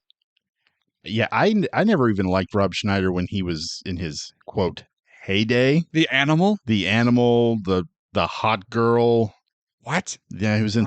It's basically the animal. He gets transformed into the body of a hot girl. Oh, that's right. That's Yeah. when South Park did that joke about Rob Schneider is a stapler. Yeah, Because he just did a series of movies where he just became something else. yeah, and then like Deuce Bigelow was another one that was supposed to be super funny, but So what you're telling me is Rob Schneider is definitely not going to be on the show now. no, Rob Schneider. but no, But we could use Rob Schneider as a punching bag. to Okay, get... Oh. No. We Oh. use Rob Oh, sorry. Schneider he had a to plan. get Kevin James. Fuck no. Then we use Kevin James to get Chris Rock. Then we use Chris Rock to get Adam Sandler. So that's almost like let's use heroin to get some crack, to then get a gun, to then shoot ourselves in the face. No, thank Whoa. you. You know, I was like, man, he Whoa. started with heroin. I'm curious to see where this goes because you started strong. Yeah. That's how I feel about all four of those. Where are So we? you're saying they're not going to be on the show. Where are we in this movie? Well, John Sparatan gets a hunch. It's a cop thing, Uh-huh. as he says to We need Hussey. Let's see. It's a cop thing. He says it to the group as they're high-fiving each other. But, oh my God. So this society does not really condone physical contact of any kind. I'm sure their children come out just fine with no mothers hugging their kids and fathers kissing their foreheads. I'm sure they're all well adjusted. So what they do is they high five but they stop right before contact and then in sync move their hands in like a clockwise window washing fashion, and then they make some kind of gesture after. I don't know. It's really stupid, and I hate it. I hate it. I do too. I hate this movie. The only gesture I hate more is the one from Hook. Oh, the chin The thing. little chin wave thing that they have. The Temu version of the Little Rascals wave. Yeah, whatever that was. Ugh. Oh. So Spartan gets a hunch. It's a cop thing. And he's like, Phoenix is looking for a gun. Where are the guns? They're like, well, there are no guns. They're all at the museum. And he went, got it. Go to the museum. And sure enough, there's Phoenix just headbutting people. And you know what? If someone were to tell me that the writers of the Roadhouse remake took inspiration for Knox from Simon Phoenix, I'd get it. I want to point out that the ride there was very interesting. Where they played the commercials on the radio to make John Spartan more at home, but it's like the commercials from like the 1950s. Yeah, or something. Here's the thing. So this society apparently just doesn't do music anymore. My assumption is that this movie already had an overinflated budget. And so instead of spending money, they were like, hey, we'll just play a bunch of commercials during the movie and they'll pay us for it. So instead of people listening to music on their car radios or when they're singing to out and about or doing flash mobs and whatever they're up to, no, it's old commercial jingles. Brilliant. It was funny. You know, first of all, Sarah, no, it wasn't. Get a sense of humor. Tevis, stop gaslighting her. It's mean. She doesn't understand. What? I'm saying it was a brilliant way to bring in revenue for the movie. Yeah, and it made sense in the movie. Apparently not enough revenue, though. Probably not, no. Well, they didn't report that as a box office draw. It was all $1 million. Yeah, it was all under the table. Yeah, the Armor hot dog people are like, yeah, here you go. The Armor hot dog people don't have money to pay for these commercial spots. When's the last time you heard of Armored hot dogs? This movie. 93. And there we are. Throughout the course of the museum scene, we kind of learn that Phoenix has any number of skills that he definitely didn't have before, and he doesn't know how he got them, but he's real cool with it. It's just programmed in his brain, though. So all he has to do is like go up to something, and he's like, "Oh, I have to do this thing." Right, but he's also consciously aware that he doesn't know how or why he knows how to do this now. He just knows he knows how to do it. Right, yeah. We also learn that he has super strength. It comes up exactly twice. It seems like that should come up a lot more as the movie progresses and gets more fist fighty, but it sure doesn't. Yeah, I never understood the superhuman strength Did part. he get now? Okay, brain reprogramming. It's explained well enough. It's a thing, sure. They gave him super strength. Yeah, because he rips that cop out of the car and throws him like 15 feet with one arm. Well, yeah. when he's in the museum, and that guy who's like security or something, anyway, air quote security comes around the corner. He's like, "What are you doing?" And Simon is like, "How much do you weigh?"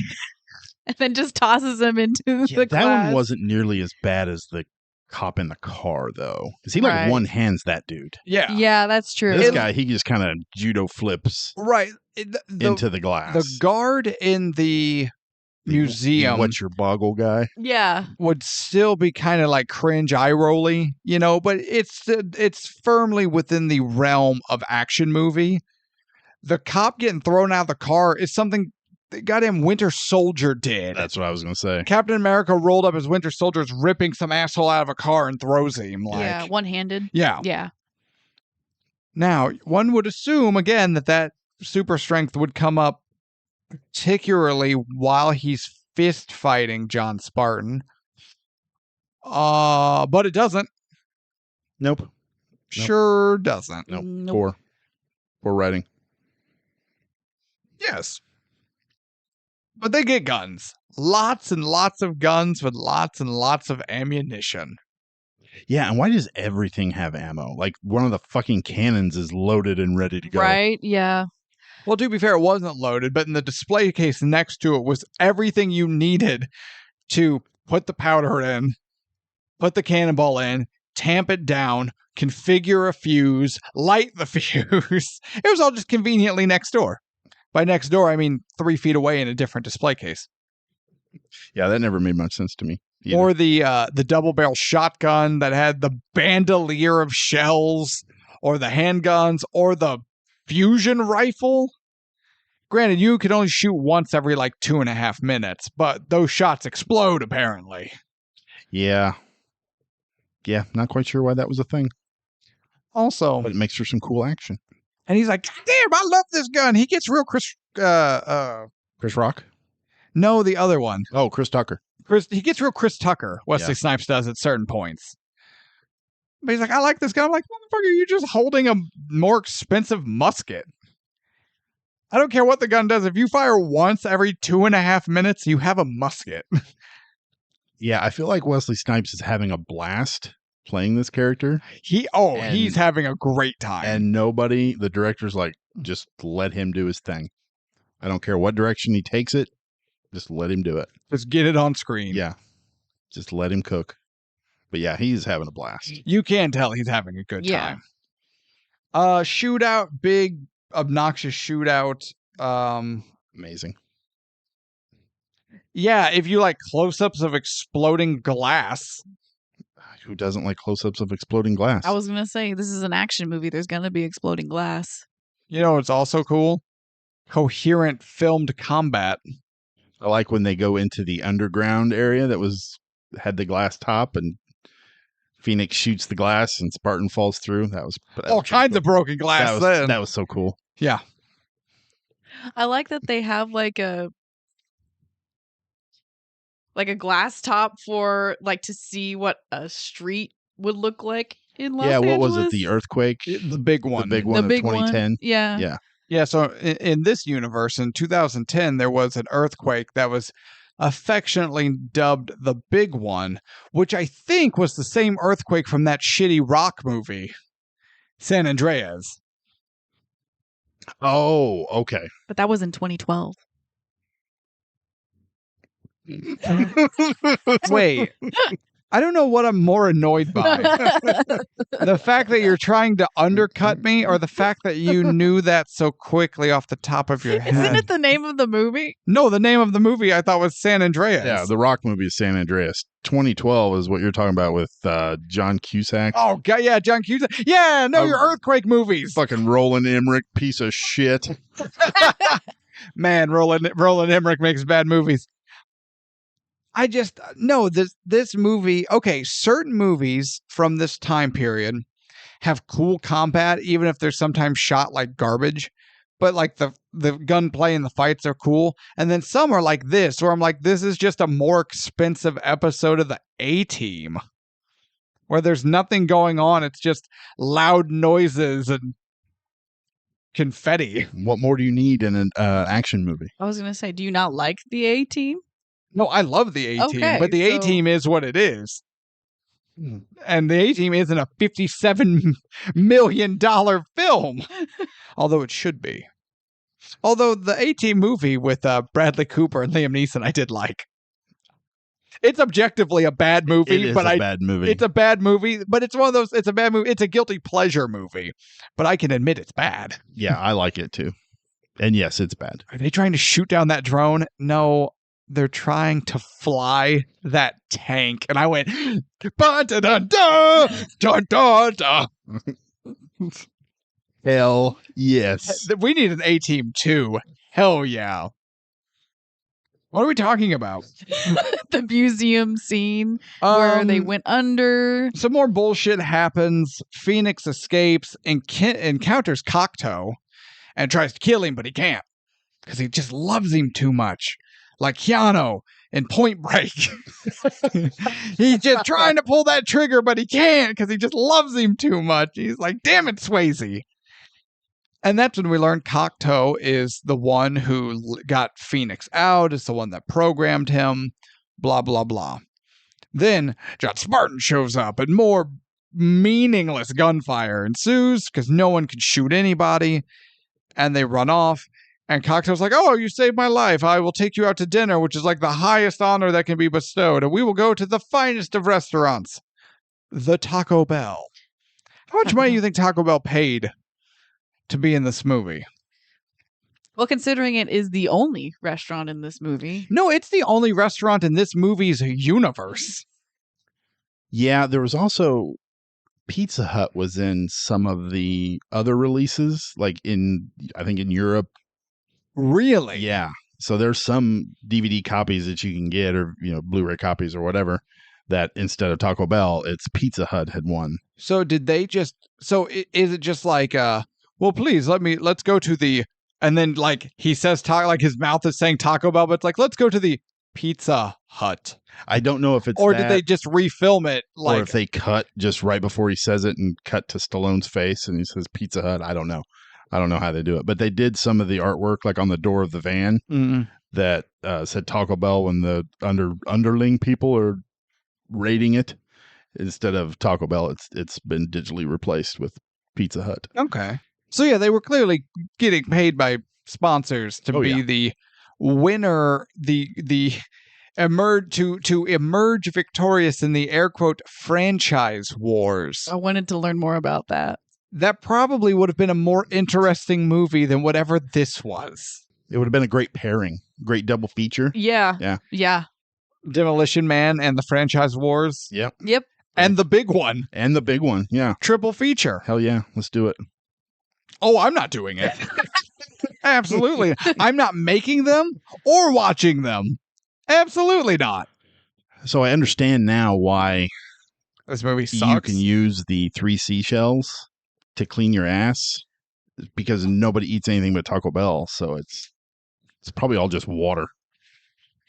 Yeah, but couldn't you just use an air dryer at that point? Like you put your hands under, just you just bend over, spread your cheeks.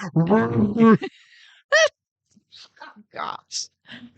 There's a little splatter. You want to be careful. But to be fair, they can't have any meat. So what is actually at Taco Bell? Well, if it's regular Taco Bell, then there is lettuce and melted cheese and possibly a Dorito tortilla. They can't have Doritos. That's true. So it's lettuce and melted cheese and maybe some beans. Some beans, probably. Yeah. Yummy. Unsalted. Oh my God. So yes. Remember, all of this would be probably unsalted. soy burger that they just, crumble up. Yeah, because he asks for someone to pass the salt, and then they look aghast.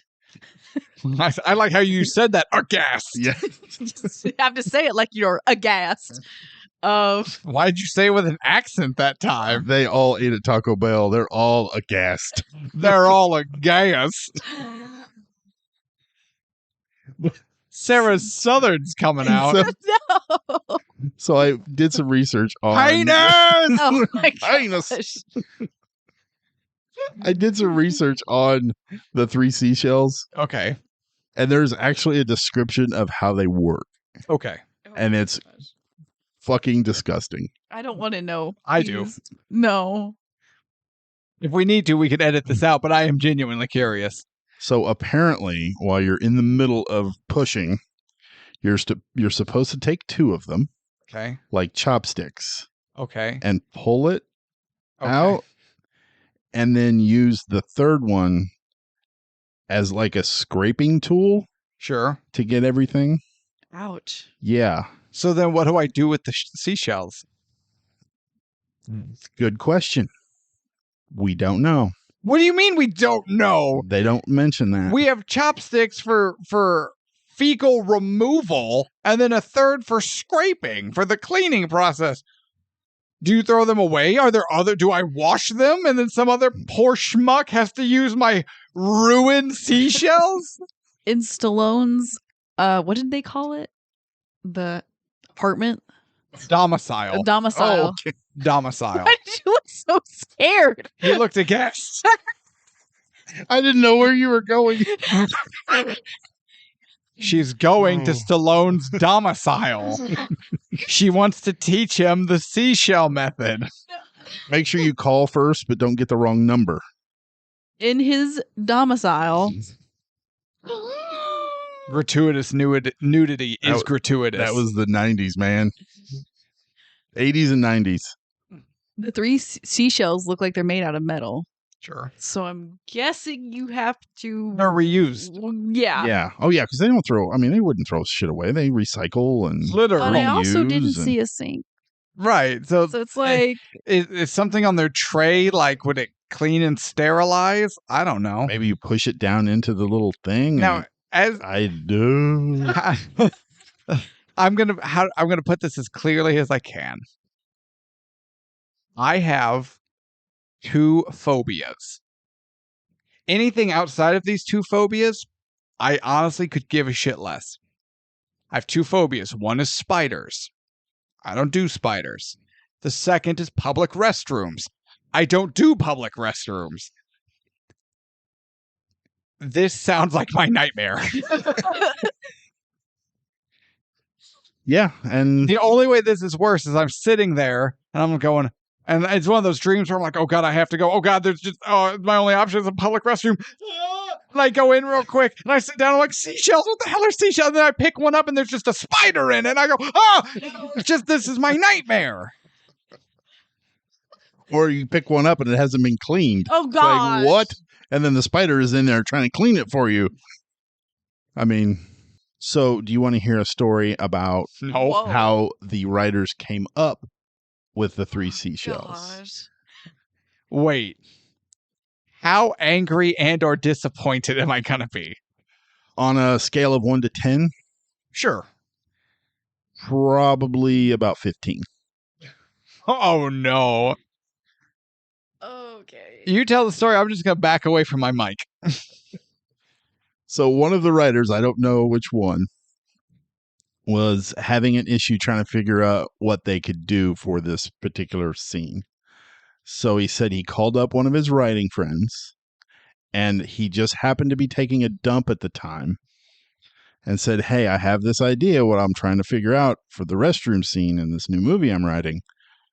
And the guy on the other end, sitting on his toilet, is like, I don't know. I have a bag of seashells on the back of my toilet as decoration. Okay, I'll use something like that.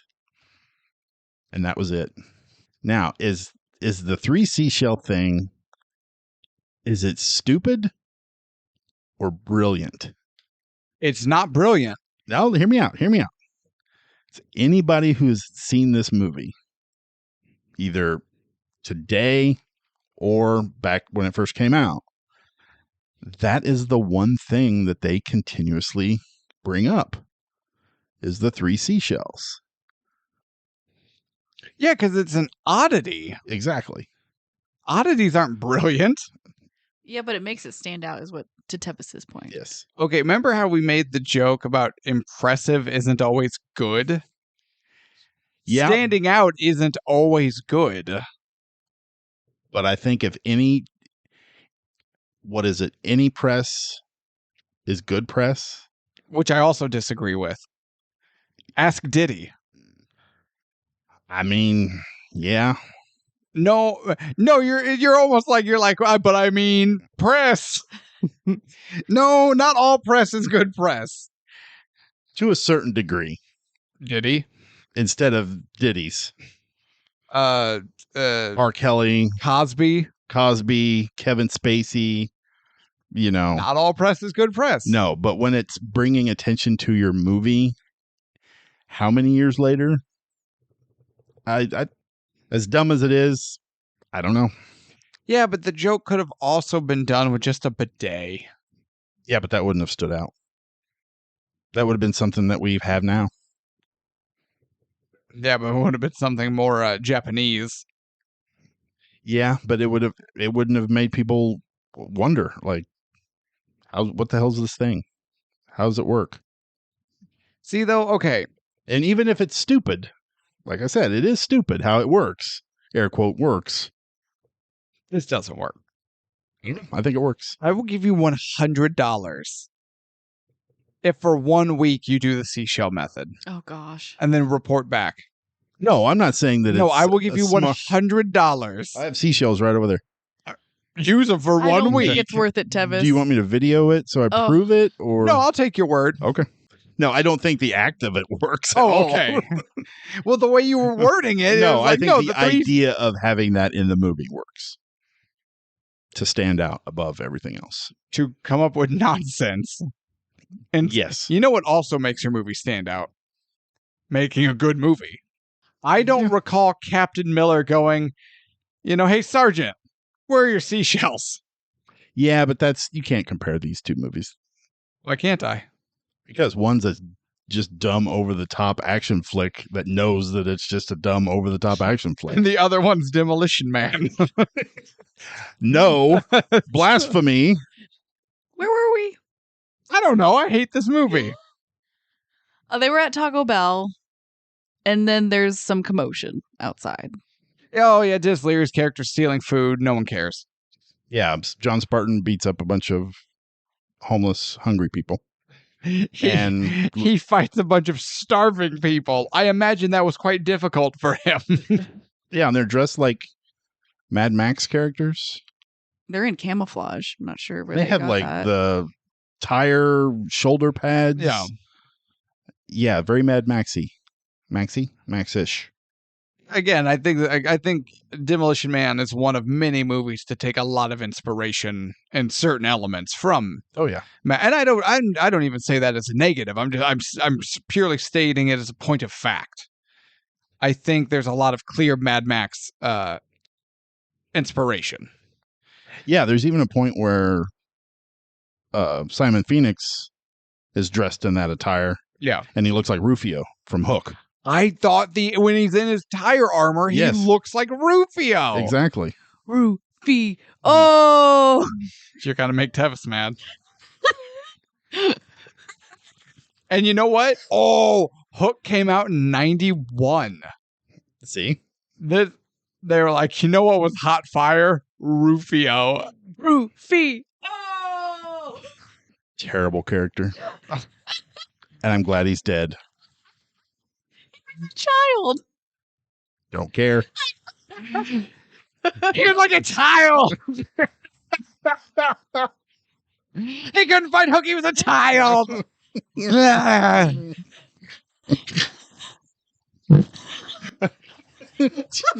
Right. Sorry. I'm sorry. I'm very sorry.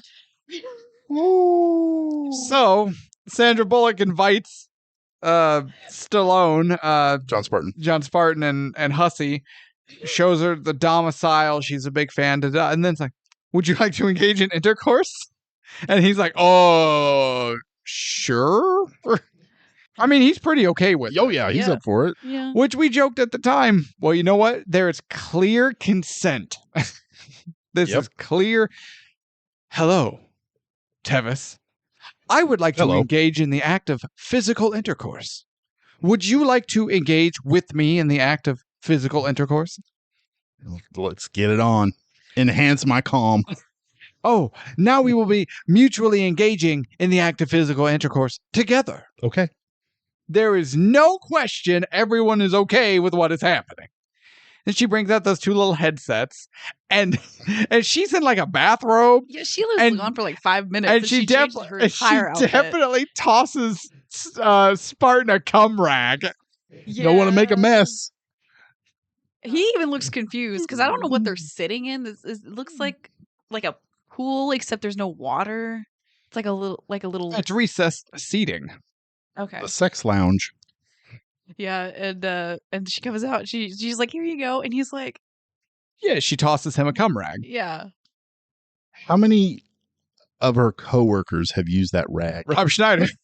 It looks like it's been cleaned. To be fair, Yeah, but I can't respect you if you use another man's cum rag. Not clean enough to have Rob Schneider's smooch in it. No. No way. It's smush. It's smooch. Oh, there's a T in there. Smooch. No. I think that was a CTH. Smooch. Smooch. I'm just saying, she very nonchalantly tosses him a cum rag, and there's no mention of There's it. no explanation. You'd think at some point that they would start explaining things to John Spartan At all about at the all world they're about in? the world that they're in, but she just expects him to know what is going on. What is she hands him a helmet. Yeah. To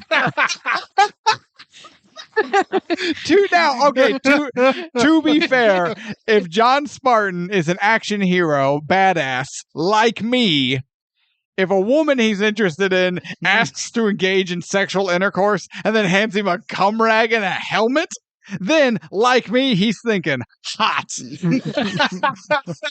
I don't know what's about to happen, and I'm a little afraid, and that makes it better. Shit's about to get wild. My safe word is don't stop. Yeah. Ooh. I am learning too much. Let's go, boys. My safe word is harder, Daddy. To be fair, she brings out a helmet for herself, so clearly, It's about to go down. I don't know what's about to happen, but I want to find out. She doesn't explain anything. No, you'd be like, okay, here's how we do this. She just figures she turns on the machine, it'll explain itself. Right, but that whole Super doesn't. that whole thing is weird. It's a okay, I'm not gonna lie.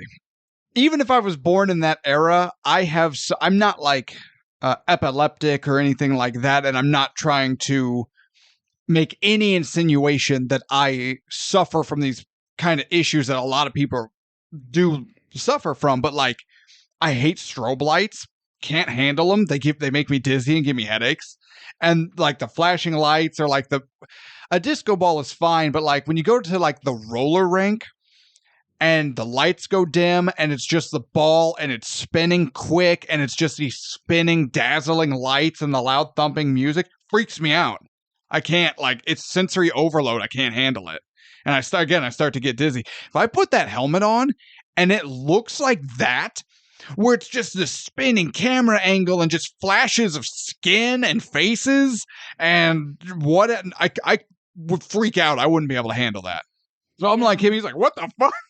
And then she gets mad because she gets blue balled. Well, yeah, but then he actually makes a move on her. And she's like, no. Yeah. Yeah, because he kind of tries to explain that let's do this the old fashioned way. And she's like, we can't touch each other. And she like completely, Yeah. But then she gets mad that like she will not be having sex with John Spartan. Yeah. Yeah. She had her chance. I'm just saying. She had her chance. She blew it. I'm just saying that the cum rag and the helmets are not a stop sign, are not an initial no-go. Anyway. Excuse me for living. So are we to the underground part? Basically. Okay. So 4 of the officers drive to this manhole. Right. 3 of them go underground. Yes. Spartan, Lenina Huxley, and I can't remember Benjamin Bratt's character's name. Did his character have a name? I'm sure he did. I'm sure it's irrelevant. I don't remember. Alfredo. Of course it is. And you know what? If they came up with a seashell idea while someone was pooping, they were probably like, man, we need a character name. I don't know, man. I'm just over here making chicken Alfredo. I'm not working. Brilliant. Anyway, what is? So the guy driving the car was Zach Lamb, the helicopter pilot from the beginning, from Right. 93. But old man version. 96, yeah. But it's old man version. And he says he'll wait here, guard the car, while they go find Simon Phoenix. Mm-hmm. So when they get down there and they do all their little shenanigans and gunfire erupts and Simon Phoenix fucks off, comes up, and gets in the car. Oh, yeah. Where the hell did Lamb go? And he heard helmet Did and he cum just- rag, and he was gone. He had places to be. Did he retire? Like, just said, fuck it. Here's the thing. He dropped him off, heard gunfire, and went, I'm too old for this shit, and he just left. Yeah, he's probably Okay. recognized John Sparatan, and then they left the car, and he was like, "I'm not going to be around." Probably had a heart attack somewhere in the weeds. He probably went to the bushes to take a whiz, had a heart attack, and died. Because we don't ever see him again the rest of the movie. No. No. So, yeah, he probably died. Yeah. It was probably a deleted scene. More than likely, yes. And how bad is Simon Phoenix and his henchman's aim? Oh, it's bad. Have I not been talking about that this whole time? No, this is the first I'm hearing of it. No, it isn't. I haven't heard a single word about it. I haven't either. That's because you're not listening. Yeah. Waste of Jesse Ventura. I was going to say the same thing. That was my next note. So Simon says, and I hate that I just said Oh, brilliant. that. You should be a writer. This motherfucker is brilliant. You should write a character. The name's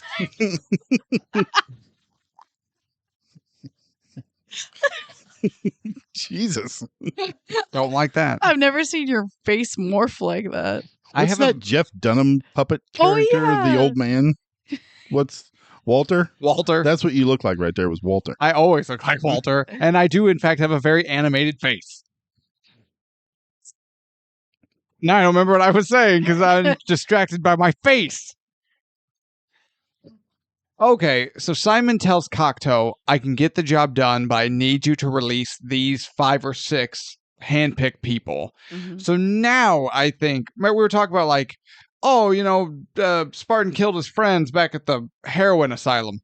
Those were henchmen. I think now he's unfrozen, air quote, friends. Or at least as close to friends as someone like Phoenix could have. Yeah, I agree with But that. one of them is played by Jesse Ventura.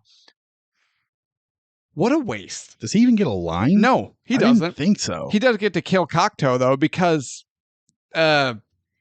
Phoenix Pew pew. tries to pull the trigger, but like Keanu in Point Break, he just can't do it. He loves Cocteau too much. Such a fantastic movie. So he tosses the gun to Jesse Ventura's character, who just blows He him doesn't away. give a shit. Yeah. He's like, I'm not Yeah. programmed. Bam, bam, bam, bam. That was kind of like the most violent moment, I think, in the film because they shoot him like 6 times and then they throw his body in the fireplace. Well, you gotta get rid of it. Yeah.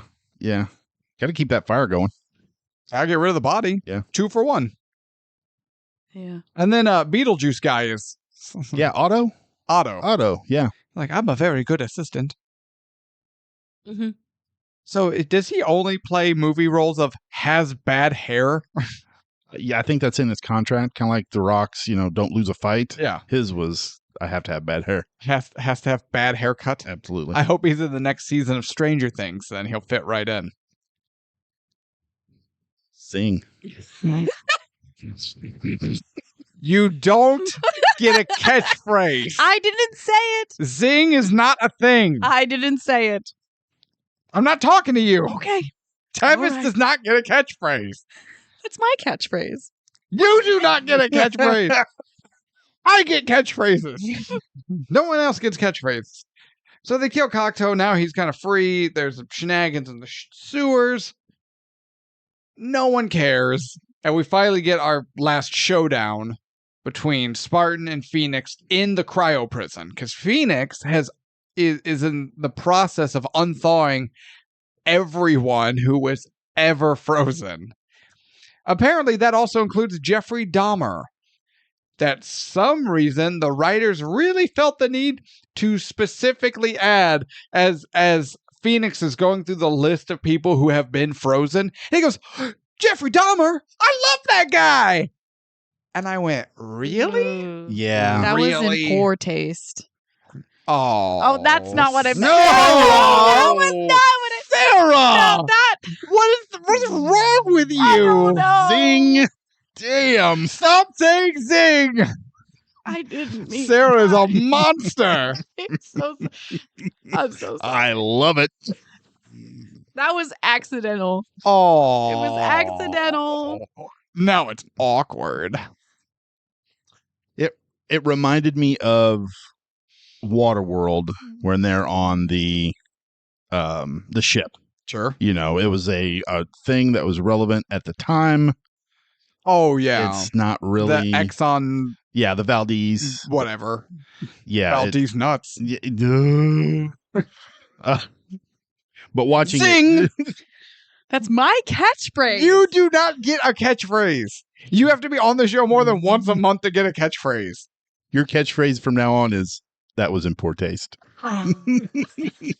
No, that's what her shirt says. I don't. Remember, we were coming up. She looked. You legit. She looked. She fucking looked. You.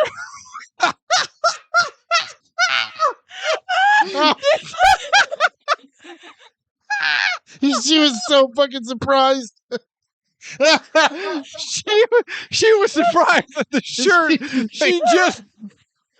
It's been a long day. She's like, holy shit, it does. Oh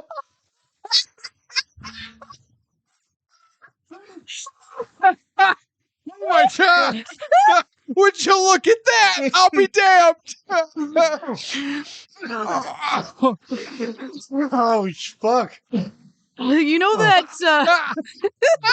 No, don't talk. I'm not over it yet. Oh shit! No, I'm dying. No. I'm dying. Okay, I am almost 50, and you can't do that to me. I think I peed a little bit. Maybe you should go get a seashell. Oh god, I think I lost the contact. Oh, damn it! Um,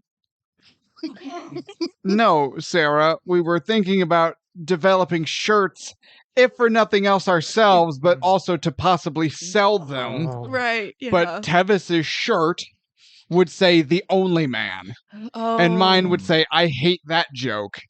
And yours, the plan was that yours would say "notable woman," Oh yeah. but Yeah. now it's going to say "in poor taste."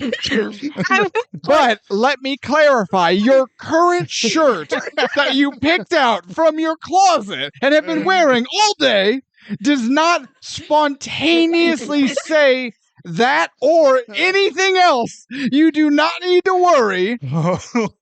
It doesn't, your shirt did not just spawn words. You know that joke in middle school that people would play on Oh, you? what's that? And then you look down, they flip your nose? No, the one where they would say, "Hey, it says gullible on the ceiling." I looked every time. No, I don't know that joke, Oh, you and I'm don't? not surprised you looked. I'm aware of that joke. Yeah. Okay. Is this just something losers know about? Whoa. Wow. My head hurts right now. Is it from the sex helmet? Where's my cum rag? I gotta wipe the sweat off my face. Ew. Ew. Wait. What are you? Wait. What are you wiping first? Because there reaches a point where you can no longer use it as a Gross. sweat rag. Start from the north, go to the south. Oh my god. Wait, could it be like one side and the other? Like one side's for one, the other side's for the other? Yeah, but there's got to be like an embroidered letter on them, so You know. do not want to get them mixed up. Yeah, exactly. All right. There's a fight. Going back to the movie, there's a fight. Phoenix gets killed. Yeah, but the way he dies is so cool. So he gets frozen by the cryo Right. whatever. Yeah. And then Spartan basically does an axe kick and shatters, like it sends Phoenix's head into his shoulders. Basically just completely shattering his neck. because he's frozen solid. And then the decapitated head then falls off. It's very Mortal Kombat fatality-esque. Yeah, but it shatters On the ground. On the yeah. ground. And I just think it's a really cool shot. Very Terminator 2-ish. I feel that. Yeah. But I like that. I like the callback, Is it cold in here? Or is it just me? oh. Good memory. Jerk off, jerk off, jerk off. Come rag, come rag, come rag.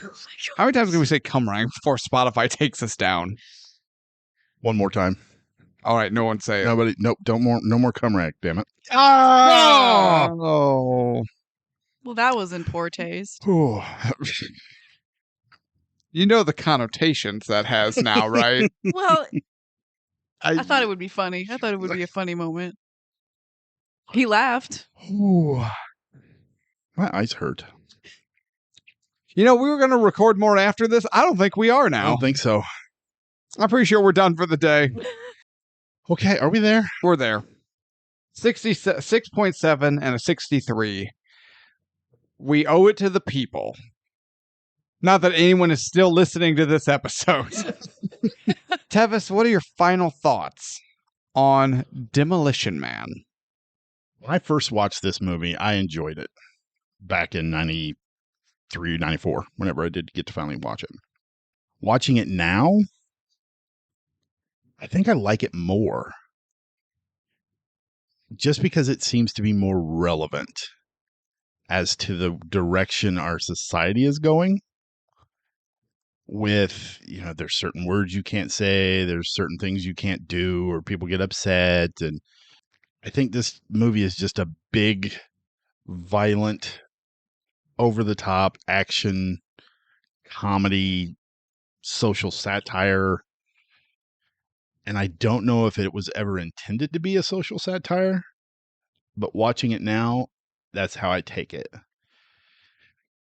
Because at the beginning of the movie, where everything is kind of in disarray and, war zone type of deal, and it flips completely 180 to this, everything is white and clean and nobody can upset anybody else.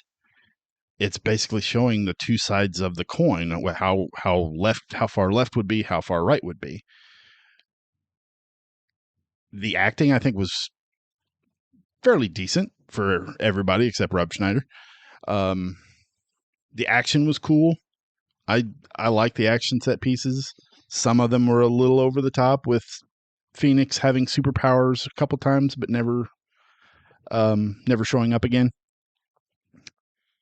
And I don't know. It's Stallone. I love Stallone.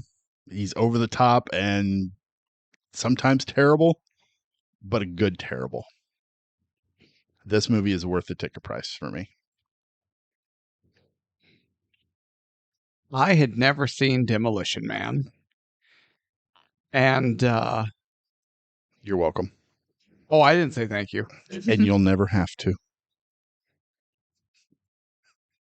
I knew going into it, I was a little just like, oh, God, Stallone, here we go. But I try to keep an open mind.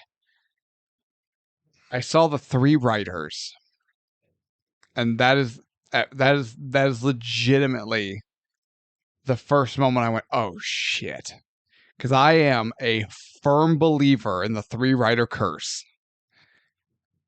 And then we get into Stallone yelling Phoenix while jumping out of a helicopter.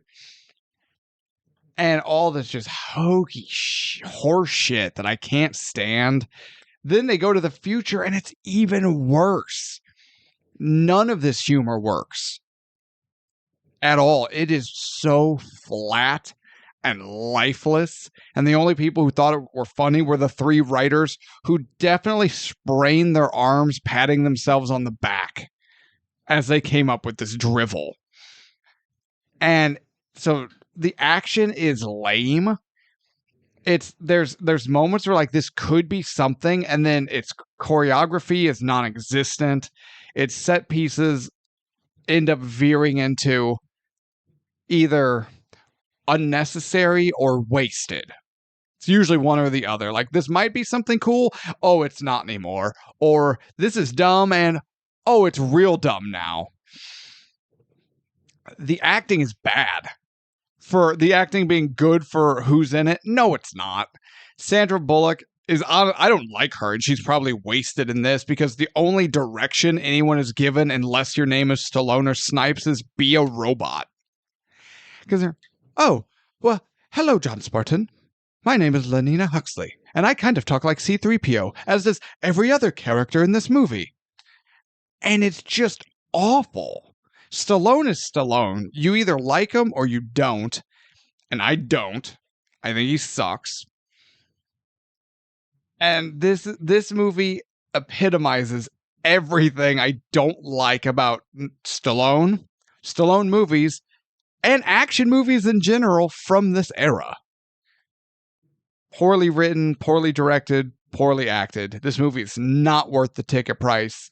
Leave it buried in cryogenic stasis for 70 years, because I'll be dead at that point and I won't care. Wow. Now, our opinions don't matter. Nope, not at all. We are here for Sarah's final thoughts. Because this is, after all, Sara and Sly.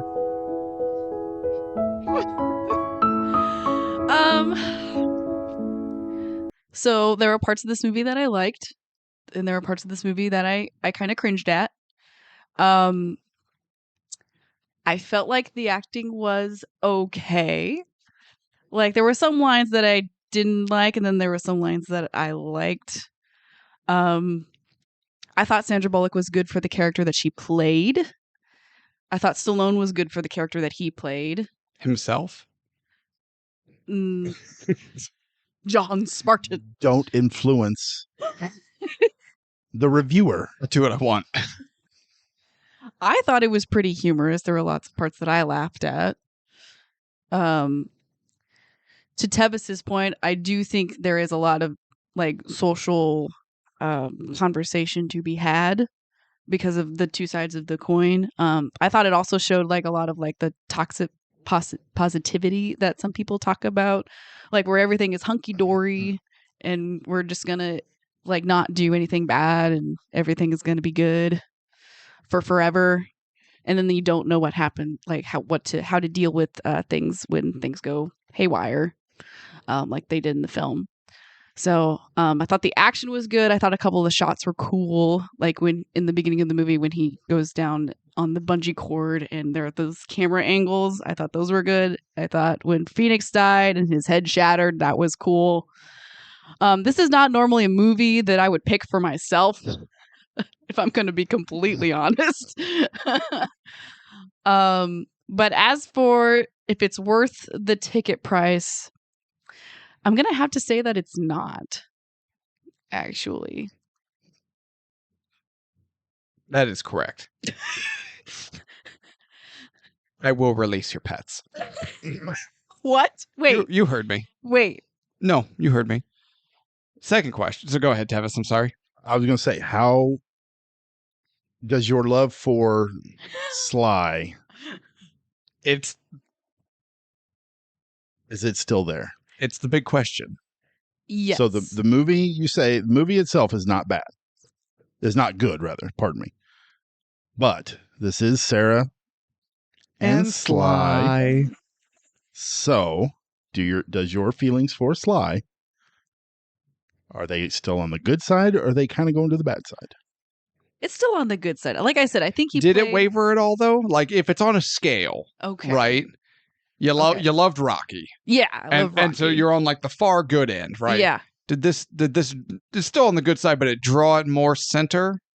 Or is it still right up to that absolutely love edge? Maybe just a tiny bit.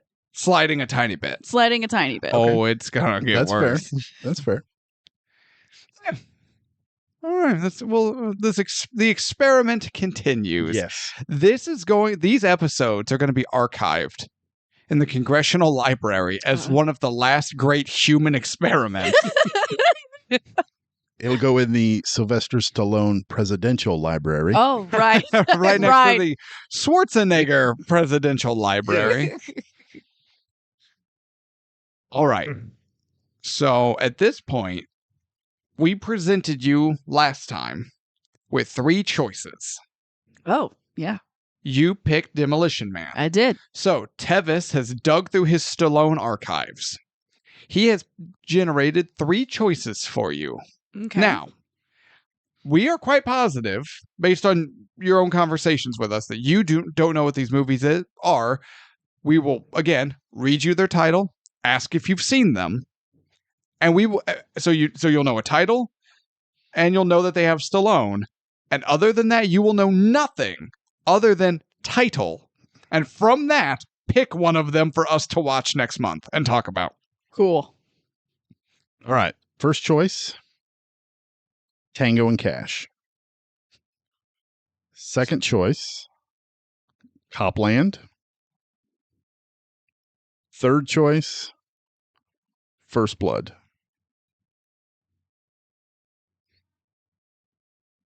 Tango and Cash. Good choice. Okay. So we are going to watch Sylvester Stallone and Kurt Russell. I do love Kurt Russell. Absolutely. I'm looking forward to this. Not Copland? That Land one O' Cop? didn't jump out at me, and neither did First Blood. Tango and Cash has a real nice ring to it. It's because you think there's going to be dancing in it?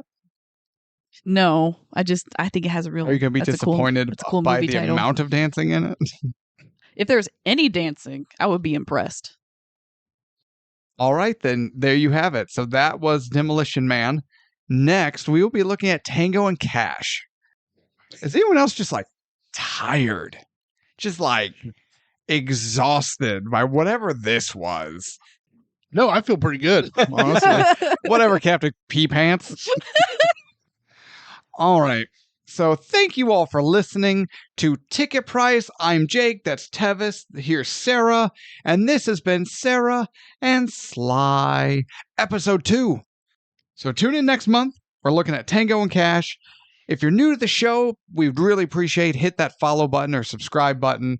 And also, if you haven't already, turn on notifications because new episodes drop every week. But sometimes we will do a bonus episode on a week, and it'll actually be a 2-for-1 week. Normal episodes come out on Friday, bonus episodes coming out on Tuesday. But the best way to not miss out, hit those notifications. Keep up to date. That is how you're going to hear Sara and Sly, and you're going to hear our top 10 episodes and things of that nature. So like, follow, rate, notifications. I think I've covered all the social media bleh. Tell your friends about us. Not your parents. They'll be more disappointed than they probably already are. And thank you so much for listening. And as always, be good to yourselves, be good to each other, and have a good night.